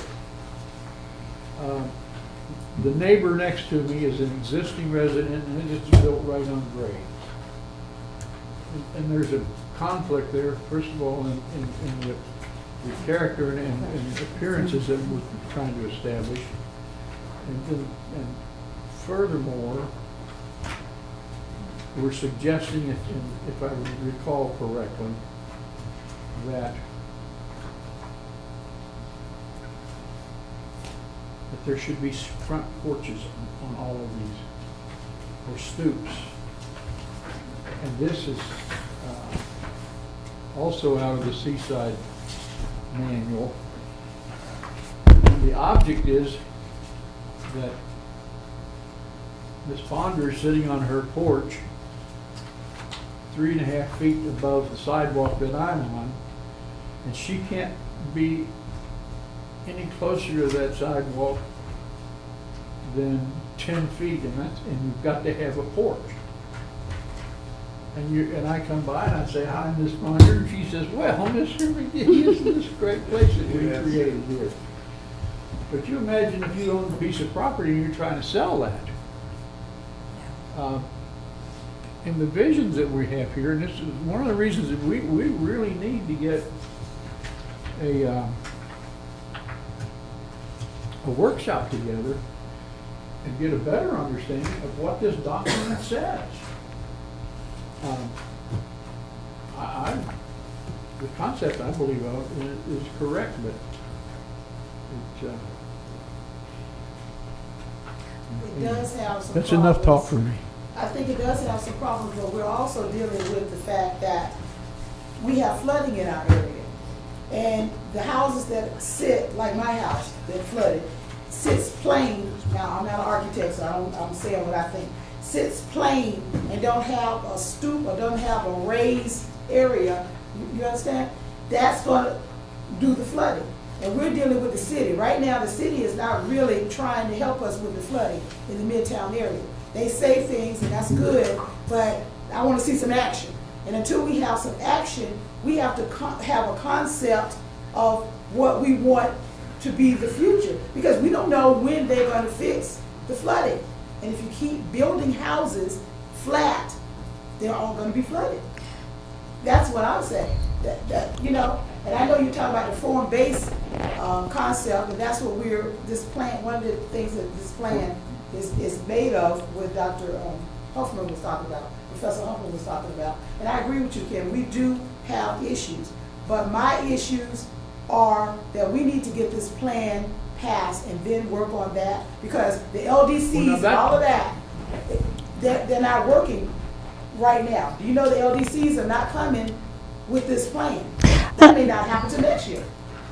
No. You know, Go ahead. I'm kind of in between, I guess, the different opinions in terms of the plan, the redevelopment plan to me is we putting the cart before the horse, okay? There's a lot in that plan. When I looked at it, and to tell you the truth, it looks like a fantasy to me, not to be accomplished in my lifetime. What I'm concerned about right now is, in our neighborhood, we have an existing land development code. And the biggest problem in our neighborhood right now is whatever that code is right now, people in the neighborhood are not in compliance. That's where if we work to do that now, and with this vision in this plan, we can change that land development code to reach our 10, 5, 3 years or whatever down the road. But right now, we're never going to, well, I'm not going to say that. It's going to be hard to accomplish a redevelopment plan if we don't first get the neighborhood in compliance with the existing land development code. And our master plan at this point must be based on the existing land development code. When that changed, then we go back and change our master plan, then use our master plan, we retweak the redevelopment plan. Well, you don't really want to operate off the current old land development code because it's actually over 25 years, might be 50 years old. So that's going to change. So we might as well get ready to go into the change because it's outdated. Yeah, I understand. But right now we can't. If somebody come in like the issue we had with the property on the corner, we can't stop anybody from doing anything right now based on that redevelopment plan, because all they have to say is the land development code said I can do this, I can do that. No, actually, we were right on that. But yeah, we were actually right on that. But that's again why we're trying to make sure that we're coming back again with this strategic plan, so we can get the teeth that'll give us the authority to bite. To do it. Okay. You have to understand, So there's two separate plans. See, yeah. you're saying redevelopment, that's the old plan, that's the old one. Master plan is the newest one that we have created, or our vision, or whatever. Then I'm totally confused then. But it's okay. The plan that was helped develop by Professor Hoffman is the master plan. That's the master plan. That's the master plan. Right. The Where's old the plan is the redevelopment plan. No, we never had a plan. No, we never had a plan. We had a CRA, we had a community redevelopment plan. But here's what we're going to do, because I know we got to carry on with the rest of the meeting. At this present time, what I would like to do is close that discussion and get a motion to continue with this and put it in the workshop, Charles. Let's make sure we try to get a workshop this month, because especially while Ken is here, and we can get all these issues solved. Let's make sure we have all the two contract personnel companies here, Professor Huffman and what is it, Strategic Management Group? Yeah, the PMG group. Yeah, PMG. Yes, sir. Let's make sure that we have them there, and let's get this workshop done. And in that workshop, we're gonna make sure we get all these questions answered along with this redevelopment plan. I so move that we table this discussion at this time, and all of these issues be incorporated into a yet-to-be-determined workshop. I second the motion. You heard the motion. All in favor? Aye. Okay. Thank you for the discussion. I'm sorry it ran a little long, but wanted to make sure we get this right. That's what one, and everything is ironed out the proper way. So thank you. We'll get it. We're gonna move on to redevelopment project updates. Mr. Bryant.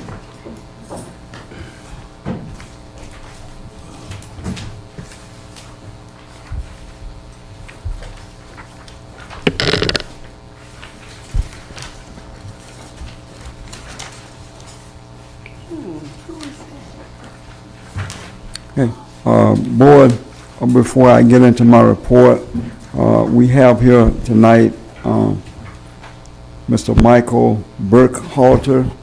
He's looking at putting a business at 110 North Franklin Street. This is a property that came before this board before. It was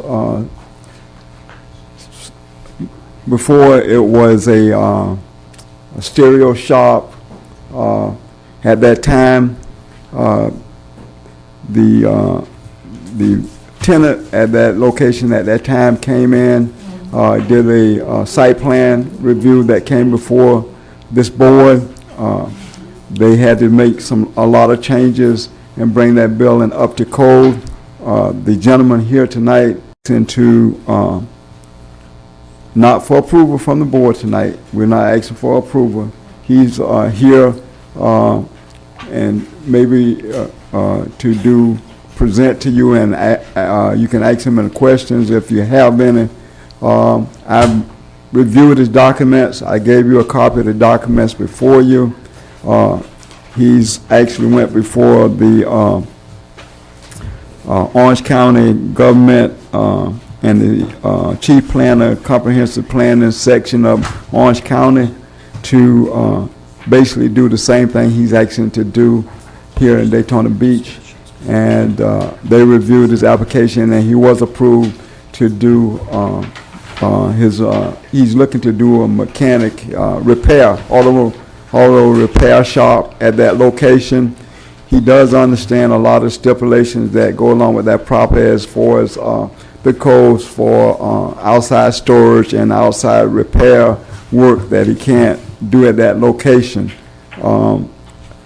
Our zoning officer reviewed the application, and I did also, and it was a recommendation that it be brought before the board prior to him submitting an application for this particular site. I presented it to you. It was a walk-in. We just got it, the application this week, and latter part of last week, I think it was after your packets went out, and he's here tonight to answer any questions you might have of him if you would like to do so. Okay, Charles, you can bring him forward, and what we'll do, we'll give him, make sure he state your name and address. Again, we'll just make this a discussion item tonight, and we won't get into too many details until we actually see the site plan. So, board, I'm gonna ask him to limit his presentation, and I give each board member a couple of minutes if you have questions, but he can make sure the site plan is correct. So, with that in mind, sir, please come forward. How you doing? Good evening. Thank you. Okay. First of all, my name's Cedric Wright. Michael Burkhalter is my landlord at my other building. I've been in business since '97. I have a couple businesses. I have a transport business. I have a towing business in Orange County, and I'm opening another one in Jacksonville. I had a business in the south side of Daytona, and it's a little slow. So I came over to this side by the college, and I seen that little vacant building there. So I south side, which part? So I was on the south side, right there by Reedy Creek, right up in there between Reedy Creek. The address was 1007 Palm View. I was South Daytona. South Daytona. Yeah, I was in South Daytona, and I was there for 3 months, and it was a little slow, not progressing. So I came up with my group of guys here that comes from Orlando, and we came and drove around, and I found that little spot. I said, this is it here, because it's right by the college. I like to give to the college. So I came to talk to Mr. Charles here, and I asked him about that location. I'm interested in purchasing it. I understand the distress that it had before I got there. Willing to do any changes and do what it takes for the board to make a decent quality repair business for the area and the students. Board, let you know that's on 110 Franklin Street. That's where they had the right behind. the stereo. Well, started out being a stereo place and turn out to be car sales and everything else. That's right there on right behind Buddy's. In case you're wondering where it's at, Buddy's Rental. That's the location. So with that in mind, hold on just a minute, Ben. Mr. Wright, I'm sorry, I was looking at your shirt. Ms. Cato, you had any questions?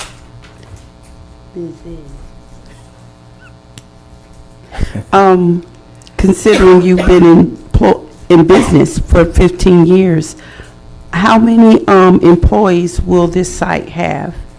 I have approximately about 6. Will they all be brought over, or will you do some hiring within the city? I do some hiring within the city, ma'am. And they will have to have the credentials to work? No credentials, no hire. We do drug tests. I do background checks. I have cameras there on all my locations, and we close at 5. No after-hour activities. Will you be residing in Volusia County? I purchased a condo here in South Daytona Shores. I move in here in about a week.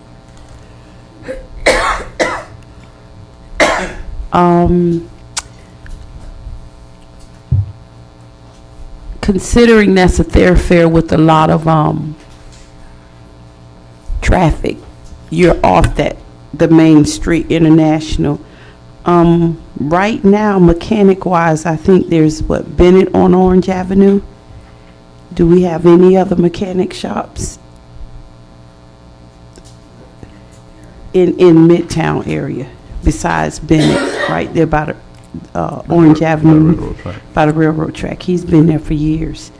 Yeah. You've got one where they just specialize in Mercedes. Right. Yes. Oh, okay. Yes, he's right across from me. Okay. Okay. Good luck. I can't say anything until, you come back to us with everything, but just based on what I've heard, I wish you luck. Ms. Bennett. Thank you, ma'am.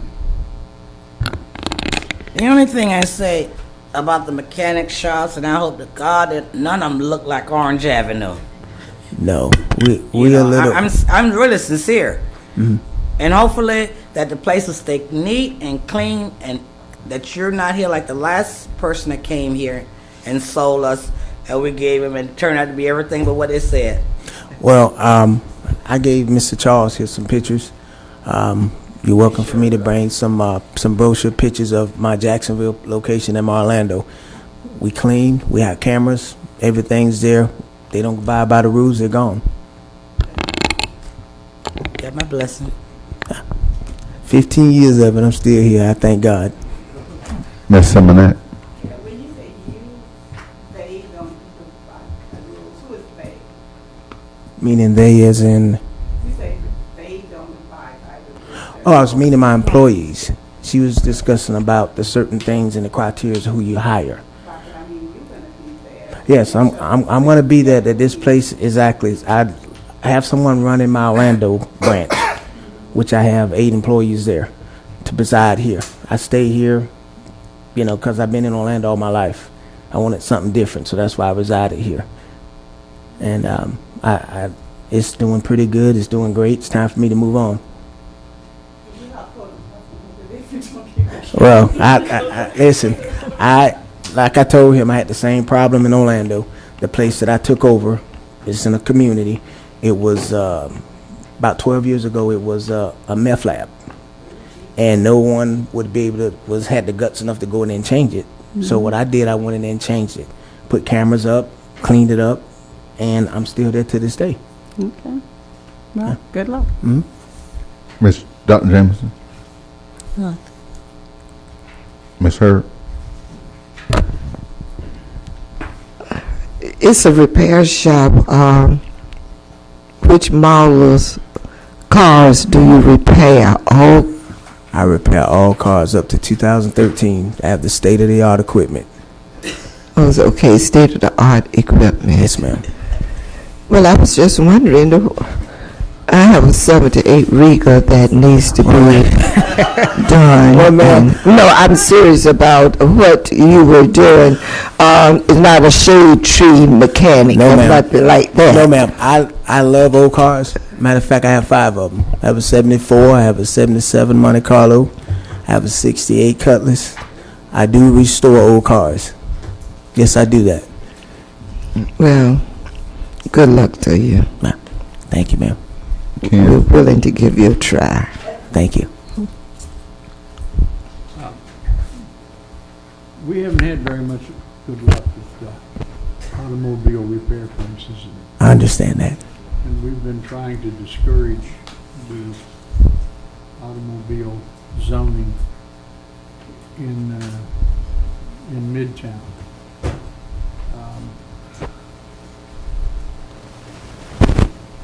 I'd like to say welcome and good luck. You're on your own. I thank you. I thank you. Mr. Wright, one of the things you might want to check over that site, and I know they was having this problem is dealing with that septic tank and the sewage over in that area because it was really backing up, and I think they had to replace. I have the paperwork from Mr. Charles. They had to replace.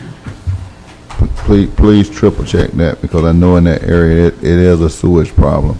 Okay. And when they built that new development, they didn't do everything they were supposed to do in order to alleviate that. So before you jump on that, please check onto that. Charles, when he come, I'm like, Ken, I don't want it to sit back and start looking like what we trying to shut down the car wash with all this different codes and different things just sitting out there becomes grease to start running back into the street and different things like that. So I want to make sure that we do address these type of things, and hopefully we can get it addressed before it comes back for the board.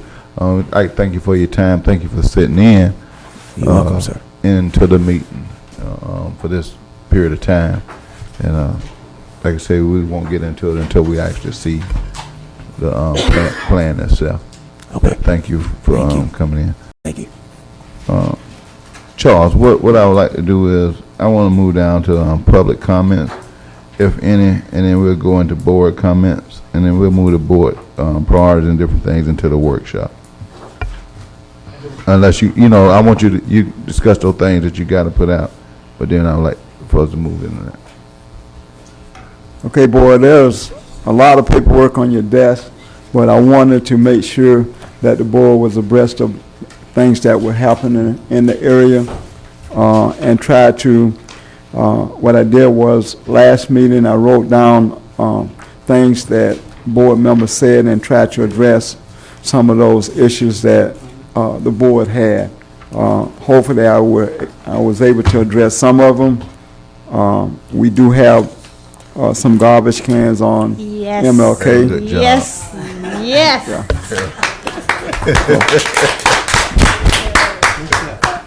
We believe it or not, I didn't say anything about the trees on Magnolia. I know Reed addressed that. We are addressing that issue, and a lot of the issues that you mentioned last month. The Sitco station cold went in there, and you saw the pictures. So we are listening, and we're trying to address the areas in which you do have the issues. We are trying to address those issues. Just to bring you up to date on the event that we're planning for the Christmas holidays, you have this is agenda that we've come up with. Our first meeting was last Thursday. We have another meeting this Thursday, and every Thursday following up until we get closer to the time of the event. If you noticed, last week we did have an article addressing these events in the Daytona Time. James Harper did a great job. I had to send him an email thanking him. I didn't know he was going to do it. He asked me for the information. He actually got it right. So I have to give him kudos. He's actually I don't feel I feel good about giving James information because he's actually getting the information that we sent to him, and I appreciate what he's doing to assist us with this. Actually, I'll be on this radio show tomorrow, talking about the events that we have for the Midtown area, and he's consented that as we move forward towards the event, he will bring us on each week before the event takes place, so we're getting some advertisement through the WPUL also. So again, thanks to James. But we do have, this is our agenda that we're going forward with. We're asking for volunteers. The last meeting we had, we probably had about 15, 20 people there, and these were people that hadn't been attending the Juneteenth committee meeting that we've been having. So these are new people that's coming on board and receiving a lot of calls that will be helping us. I was out at the Bethune-Cookman Homecoming Parade on Saturday giving out applications for our parade, which would be the 8th of December. So we're moving forward on that. We're working with different organizations. I give you a flyer about the Fall Festival. That's through Leisure Services. They are working with me. Lena McGee and her group is working with us. So I wanted you to be aware of what's going on. Bethune-Cookman has been working with us on both the festival that Lena's putting together, and also working with me with the Christmas festivities that we're planning. And that's one thing that I wanted to do as we move forward in the Christmas festivity and going forward, is that we bring the community together. And that's what we're trying to do with the events that we're putting together. Also, you see the flyer about the Walkable Community Initiative that take place on the 27th of this month. A cleanup starting at the police station. That's where we'll be meeting, and coming down Midtown, down Orange Avenue, cleaning up that area. That's another effort that we forged with the Volusia County Health Department. They've been there with us, and this is the best way that I can see that we can forge different organizations, bring them and work with them in our area. They have a lot of expertise. They're going to be doing the health fair for me. By no means am I an expert in the health field, but it's like my grandmother used to tell me, if you don't know something, know somebody who knows something. So that's where I'm working from, that we are able to pull different organizations, different people to the forefront, and get them active in doing things in our community. And they have a lot of information that can help us, as we've seen with the health department. They're able to go out and get grants to do these type of activities like this particular event. They know where to go to get the money from, and they use our statistics to get the grants. So we might as well partner with them and get the most out of it. So that's what I spend a lot of time doing, that trying to go to different meetings and find out who the players are in our area, and working with them to cash in on some of the money that they're getting. So I answer any questions or entertain any comments that you might have, but I encourage you, I wanted you to know what's going on, so I know everybody's busy, so you can plan your calendar around these events that we're having. So I want to make sure that you get the information. Charles, I want to thank you for the great job you're doing on working on this light up for Midtown. I'm sure the board will support you 1,000% on efforts on getting this done. And feel free to call on any of us to try to help and get this, make sure that this is a success. So thank you very much for that. Also, I want to just let the board know, dealing with this PMG and Associates, I want to thank Reed and Charles up front, because this was a lot of hard work getting this rolled up, going through the different interviews in order to make sure that we can move our plans forward together. once we did get everything together, it did move rather speedily, and I want to personally thank Reed and Charles for a great job on doing this, because it's really going to help us out. So I'm sure that everybody will be real happy once we had a workshop and you meet them and you find out what they're going to do for us and how quick they're going to get it done for us. So, especially on the prohibited use lists and different things like that, bringing companies in, all this will be done with this particular contract. With that in mind, I would like to go to public comments. At this present time, I'll invite anyone in the audience to come up. Please state your name, and we'll give you 2 minutes to speak on anything that you wish to speak on. At this present time, is anybody from the audience wish to come up and speak? You are welcome.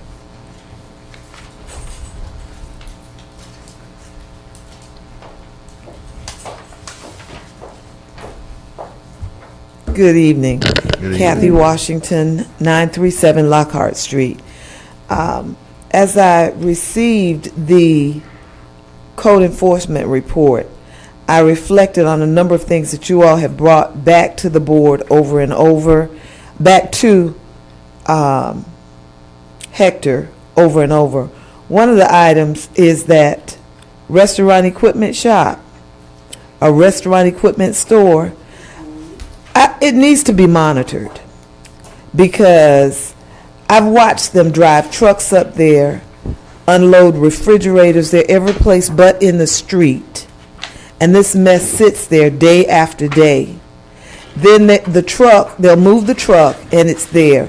I have never seen a business that you cannot see in the window.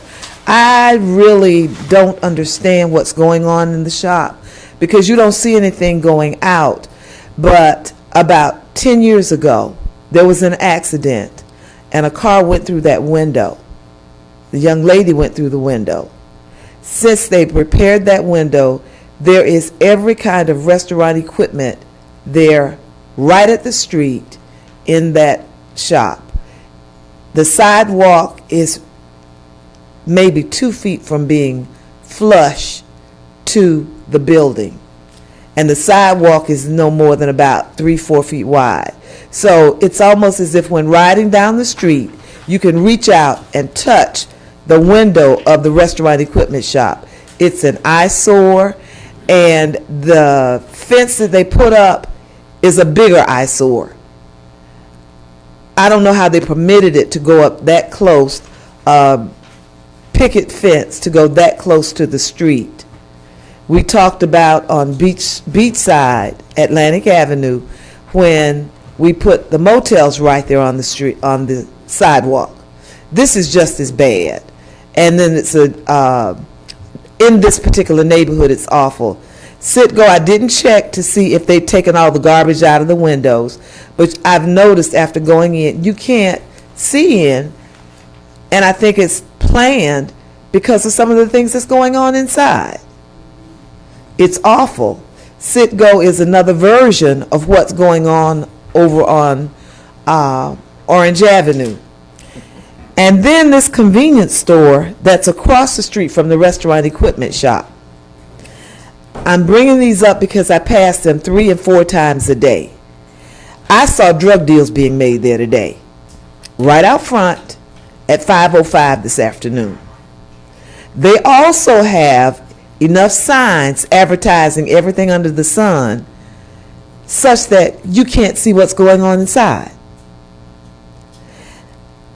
I have no degree in law enforcement or code enforcement, but my ears perk up and my eyes stretch when I see situations like this, because I'm led to believe that there's more going on inside the store instead of selling convenience items.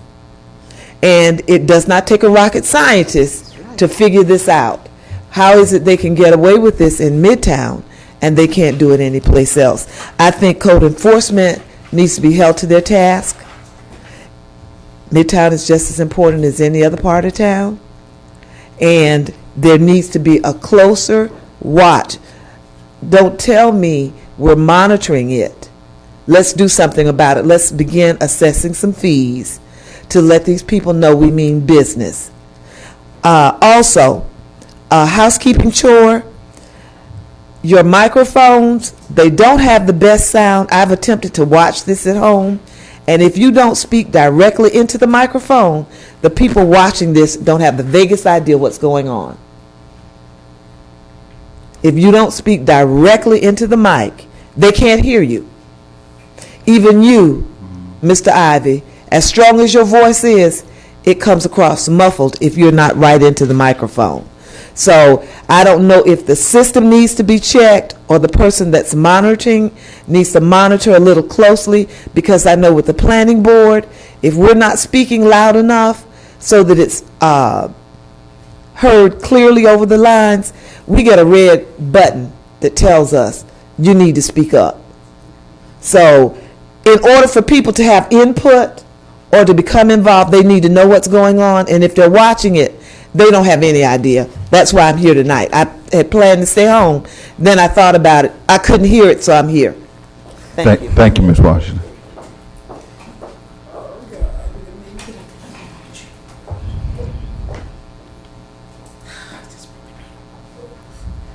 Johnny Ponder, 885 Maley Street. That's in Daytona Beach, Florida, 32114. I know you're sick of my voice. I'm very passionate about this master plan. I'm very passionate about Midtown. And I want this plan to be approved, and I want us to understand that we do have some work to do. This is not going to be easy. This has been a hard-fought, hard road, and we got to come together. I'm glad we're having this workshop, and I'm glad Ken McGee is back, and I love him dearly. He has been such a force and such an inspiration to this board. We've come a long way, this board, and I'm so proud, and I love all of you all. We have come a long way. We have a long way to go, but we're going to get there. And if I got to crawl and punch, I'm going to do it. Mr. Reed. I want you all to also be mindful of what Ms. Washington said. Code enforcement, we need to hold them accountable. They've been getting away with a lot of stuff lately. We need to hold them accountable. And you know how much I've been talking about different things in code enforcement. But my thing is, I'm not trying to be nasty to them, but if we're paying their salary, do your job. It doesn't make sense that the city looks like crap. It looks bad. It don't make no sense for it to look that way. Now when you got people that can say, okay, we need grass, don't just call them and tell them. Go that little extra step and say, well, you know, I called you. I put it on fast track. Because in fast track, it has to be done within, 3 days? Or 5 days, something like that. It has to be done. Okay. Don't be looking at me. And Mr. Berger, I would like for you to take a more helpful thing about the trees on Magnolia. I was one of the ones who wanted those trees on Magnolia, and they do look bad. And I've been working on that with Charles to rectify that situation. So, and you know, in our communities, people don't realize that you have that property. Don't look at my time. That you have that property to the street. You know, that's something new for us. We have got to keep educating people that is your property. We need to use unclaimed water. We need to use all kinds of things. I'm going to my end. Hush up. And I just want to thank y'all for all y'all doing. Mr. Bryant, he knows that I love him, and I think that he does a hell of a job. And with some hard things going on, he does a great job. He bends over backwards to help this community, and we would be nothing without him. So y'all give him all the kudos. Thank you. You're quite welcome. Did you say something, Mr. Chairman? I said you're quite welcome. There is any other comments? If not, Ms. Simonette. I would like to, and I'm not sure who I'm supposed to thank, but down on, I know all of Mary McLeod Bethune and on MLK, the sides have been painted, and it really looks good. And I was saying, when I was talking about it, I said, you always say just a little bit of paint, and the little bit of paint really makes the place look different. So I thank whoever I'm supposed to thank for it. It really looks good. Dr. Jameson. I cannot express my gratitude to Mr. Charles for my trash cans. I went to Tallahassee, and I did notice him because I was tired when I came in, but he told me to look down my street. And I thank you. I just told him he was the man. Okay? And I hope you got that 12 dozen roses and the candy and the card that I sent you. I'm also excited about the Midtown, light up Midtown and everything. He forgot to tell you, it might be on, but want to say public that we meet every Thursday at the Peninsula Club, and everyone there, the last meeting was very excited about that, and we just encourage everybody who want to participate to please participate. Another issue I have is communication.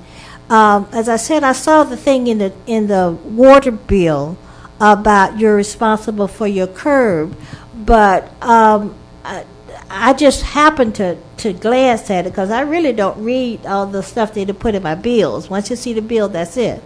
And so we need another additional form of communication. Now, I know everybody does emails and all that, but a lot of people don't do that.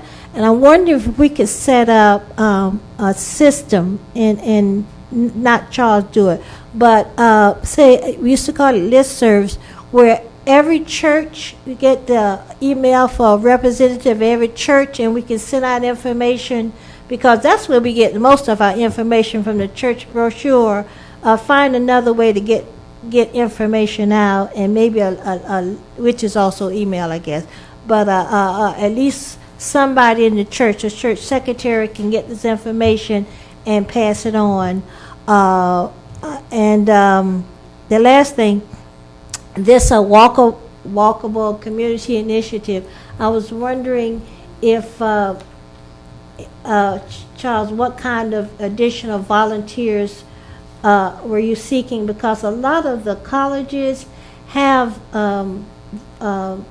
organizations that do community service, and if we need to call them, I can help you do that, and call, I mean, not just colleges, but a lot of other organizations in the city. And if we need to, here again, develop a list of those people and ask them to come out. But more important, I think that day when we are walking along the street, that we need to stop in at every business along Martin Luther King and talk to them. Say, we're trying to clean up the neighborhood. Could you help us? And I guess it's 3 or 4 of us that's here ready to walk along the street. That personal thing, we're trying to do this, so we need you to participate, the kind of personal thing, if we can all walk along the street as we clean it up, to do that, because I will be the one out there with the rake. So that's it. Thank you. Ms. Cato?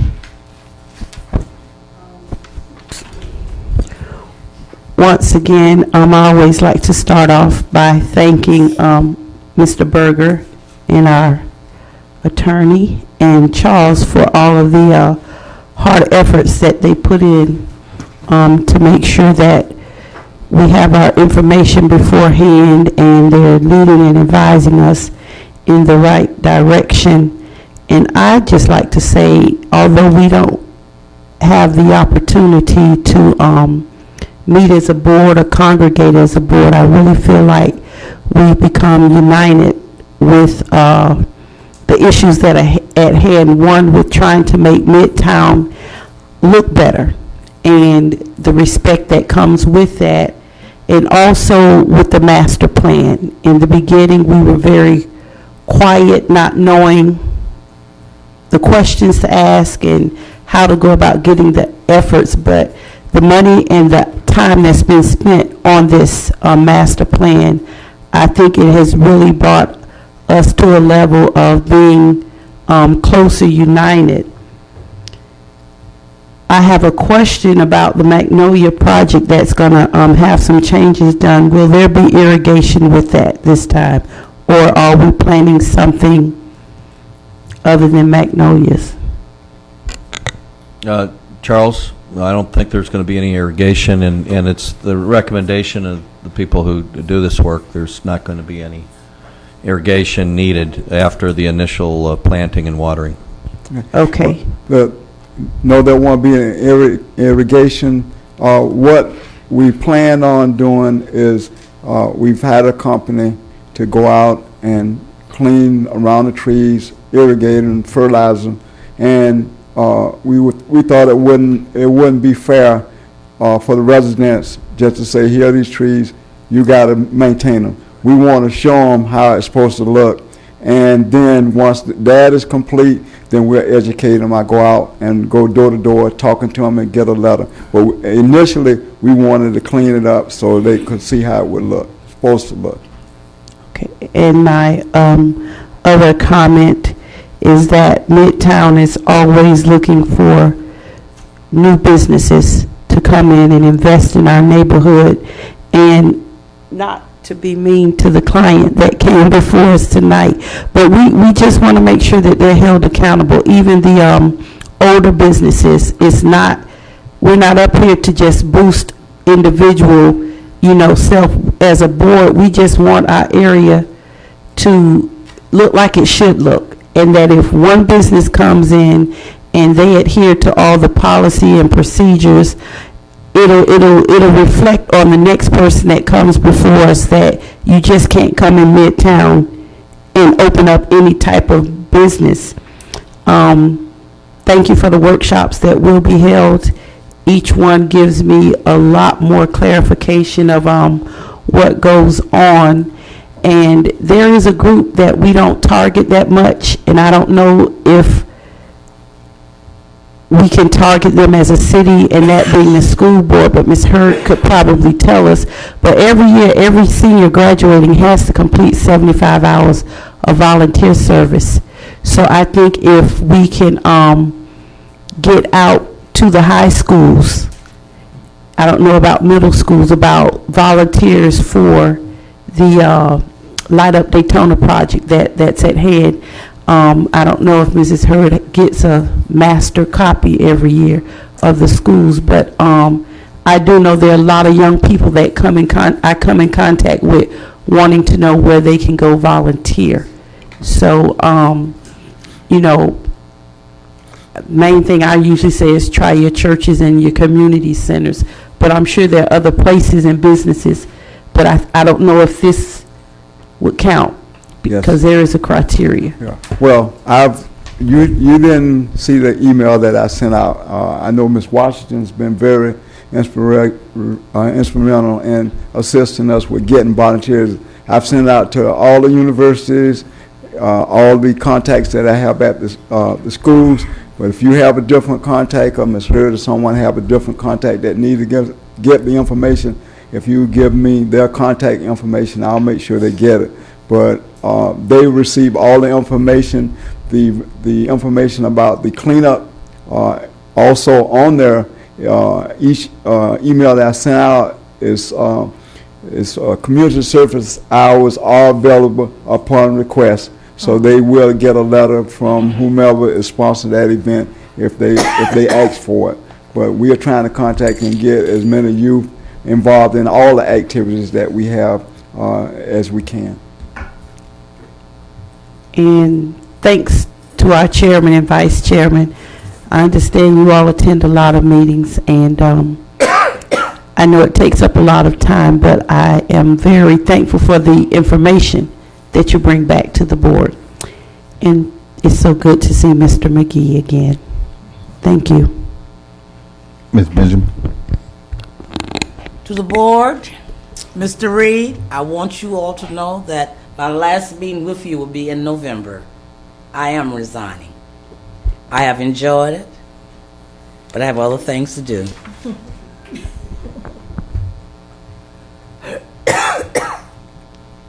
You trying to make me cry? No.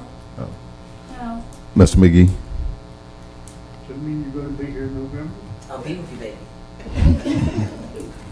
All right. Got one more hat to wear. First, I want to be clear. I want to be clear that the master plan that we've done, whereas I made comments, about some places in there that could come back and bite us, and they have big teeth. But what we've done is really terrific, and we don't want to lose it. So we're going to get beat up on a couple of things.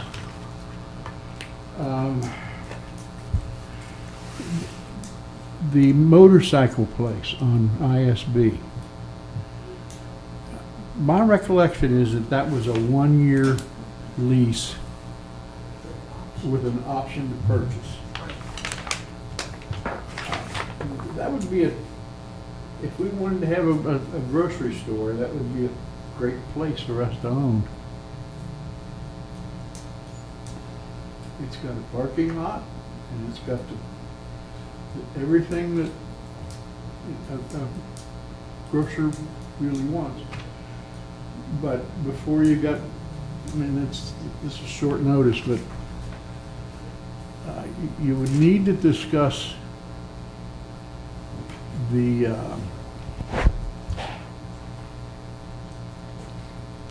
community makeup. I don't know what it is. I have trouble with language anymore.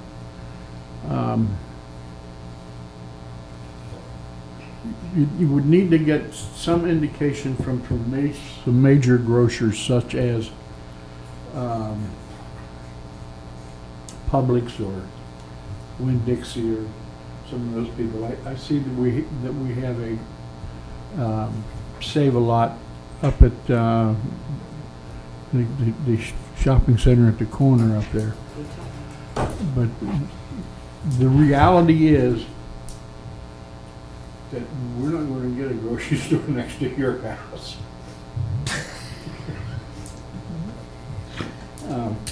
But we do need we have a real need. And we need to get some advice on it, and I can't imagine anybody better than a Publix regional planning board if they'd come talk to us, and I bet you they would. And then we ought to let somebody know that if we had an interest in that property, we ought to be making that interest known. Before I go to Ms. Hurd, can't answer your question on that. That's another thing that we'll be getting from this PMG company. Once they come in, they will be giving us a direct contact. They have a database that will go out and find grocery stores and different type businesses that will fit our master plan. So Great. It's a lot of things that we are working on that we have been meeting with Reed and Charles on. That's another reason why we pushed and chose this particular company. The interviews were really extensive. I'm not talking about, well, they didn't just go check. I'm talking about really hard fact-finding questions and compare them. And if you'd have been in the meeting, and it was open to the public, they really asked the questions that will fit Midtown. And to answer your question on that, because we hear, well, no grocery store will locate. No, there are grocery stores and new chains that are coming out that will locate into communities like ours. And that's another reason that Charles and Reed really looked at this particular company on it. So it was to benefit us. So that hopefully we out of that particular question, it'll be answered from that particular company. Well, do you think we ought to throw our hat in the ring, if there's any ring? We're going to pray. Ms. Hurd. Good afternoon, everybody. Again, first of all, I would like to thank Mr. Bryan and others for all the work that you do with this board. Mr. Bryan, you know that I'm very excited about Light Up Midtown.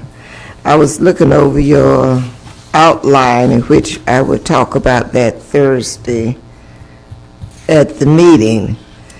Also, I would like to say a sort of an announcement that the National Council of Negro Women are putting on another mass mataz and all that jazz on November the 11th, which is Veterans Day. And we hope for hopefully all of y'all will come out, support us with a $30 ticket and dinner right after church, right after church. This is done, to support our Brain Bowl, and we give all of the winners, the groups, computers. If your group contains 10 people, we have 10 computers for them, if they are winners.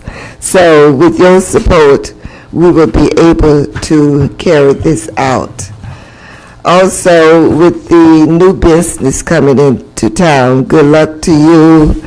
And if anything that we can do to assist you, let us know, because we will be looking at you to see how things are progressing.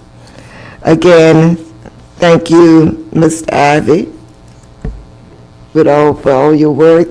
Thank you for returning, Mr. Reed.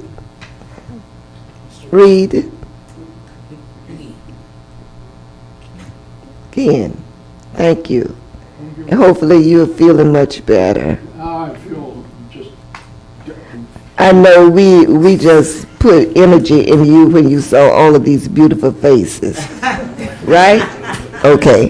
Have a good night, everybody.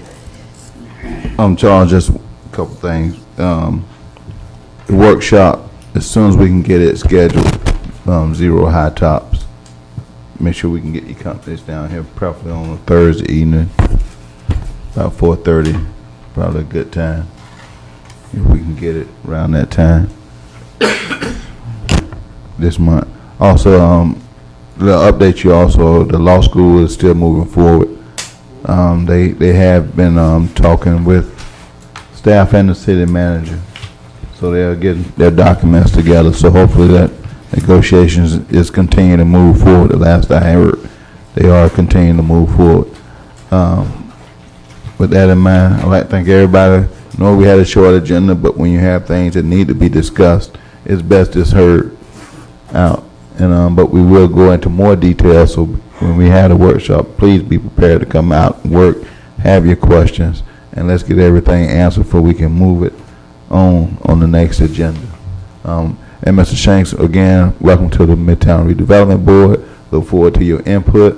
We'll make sure you will be at the workshop also. Okay. With that in mind, I'd like a motion to adjourn, please. I'd like to make a motion that we adjourn the Midtown Redevelopment Board meeting Tuesday, October. So moved. So moved. Sheesh.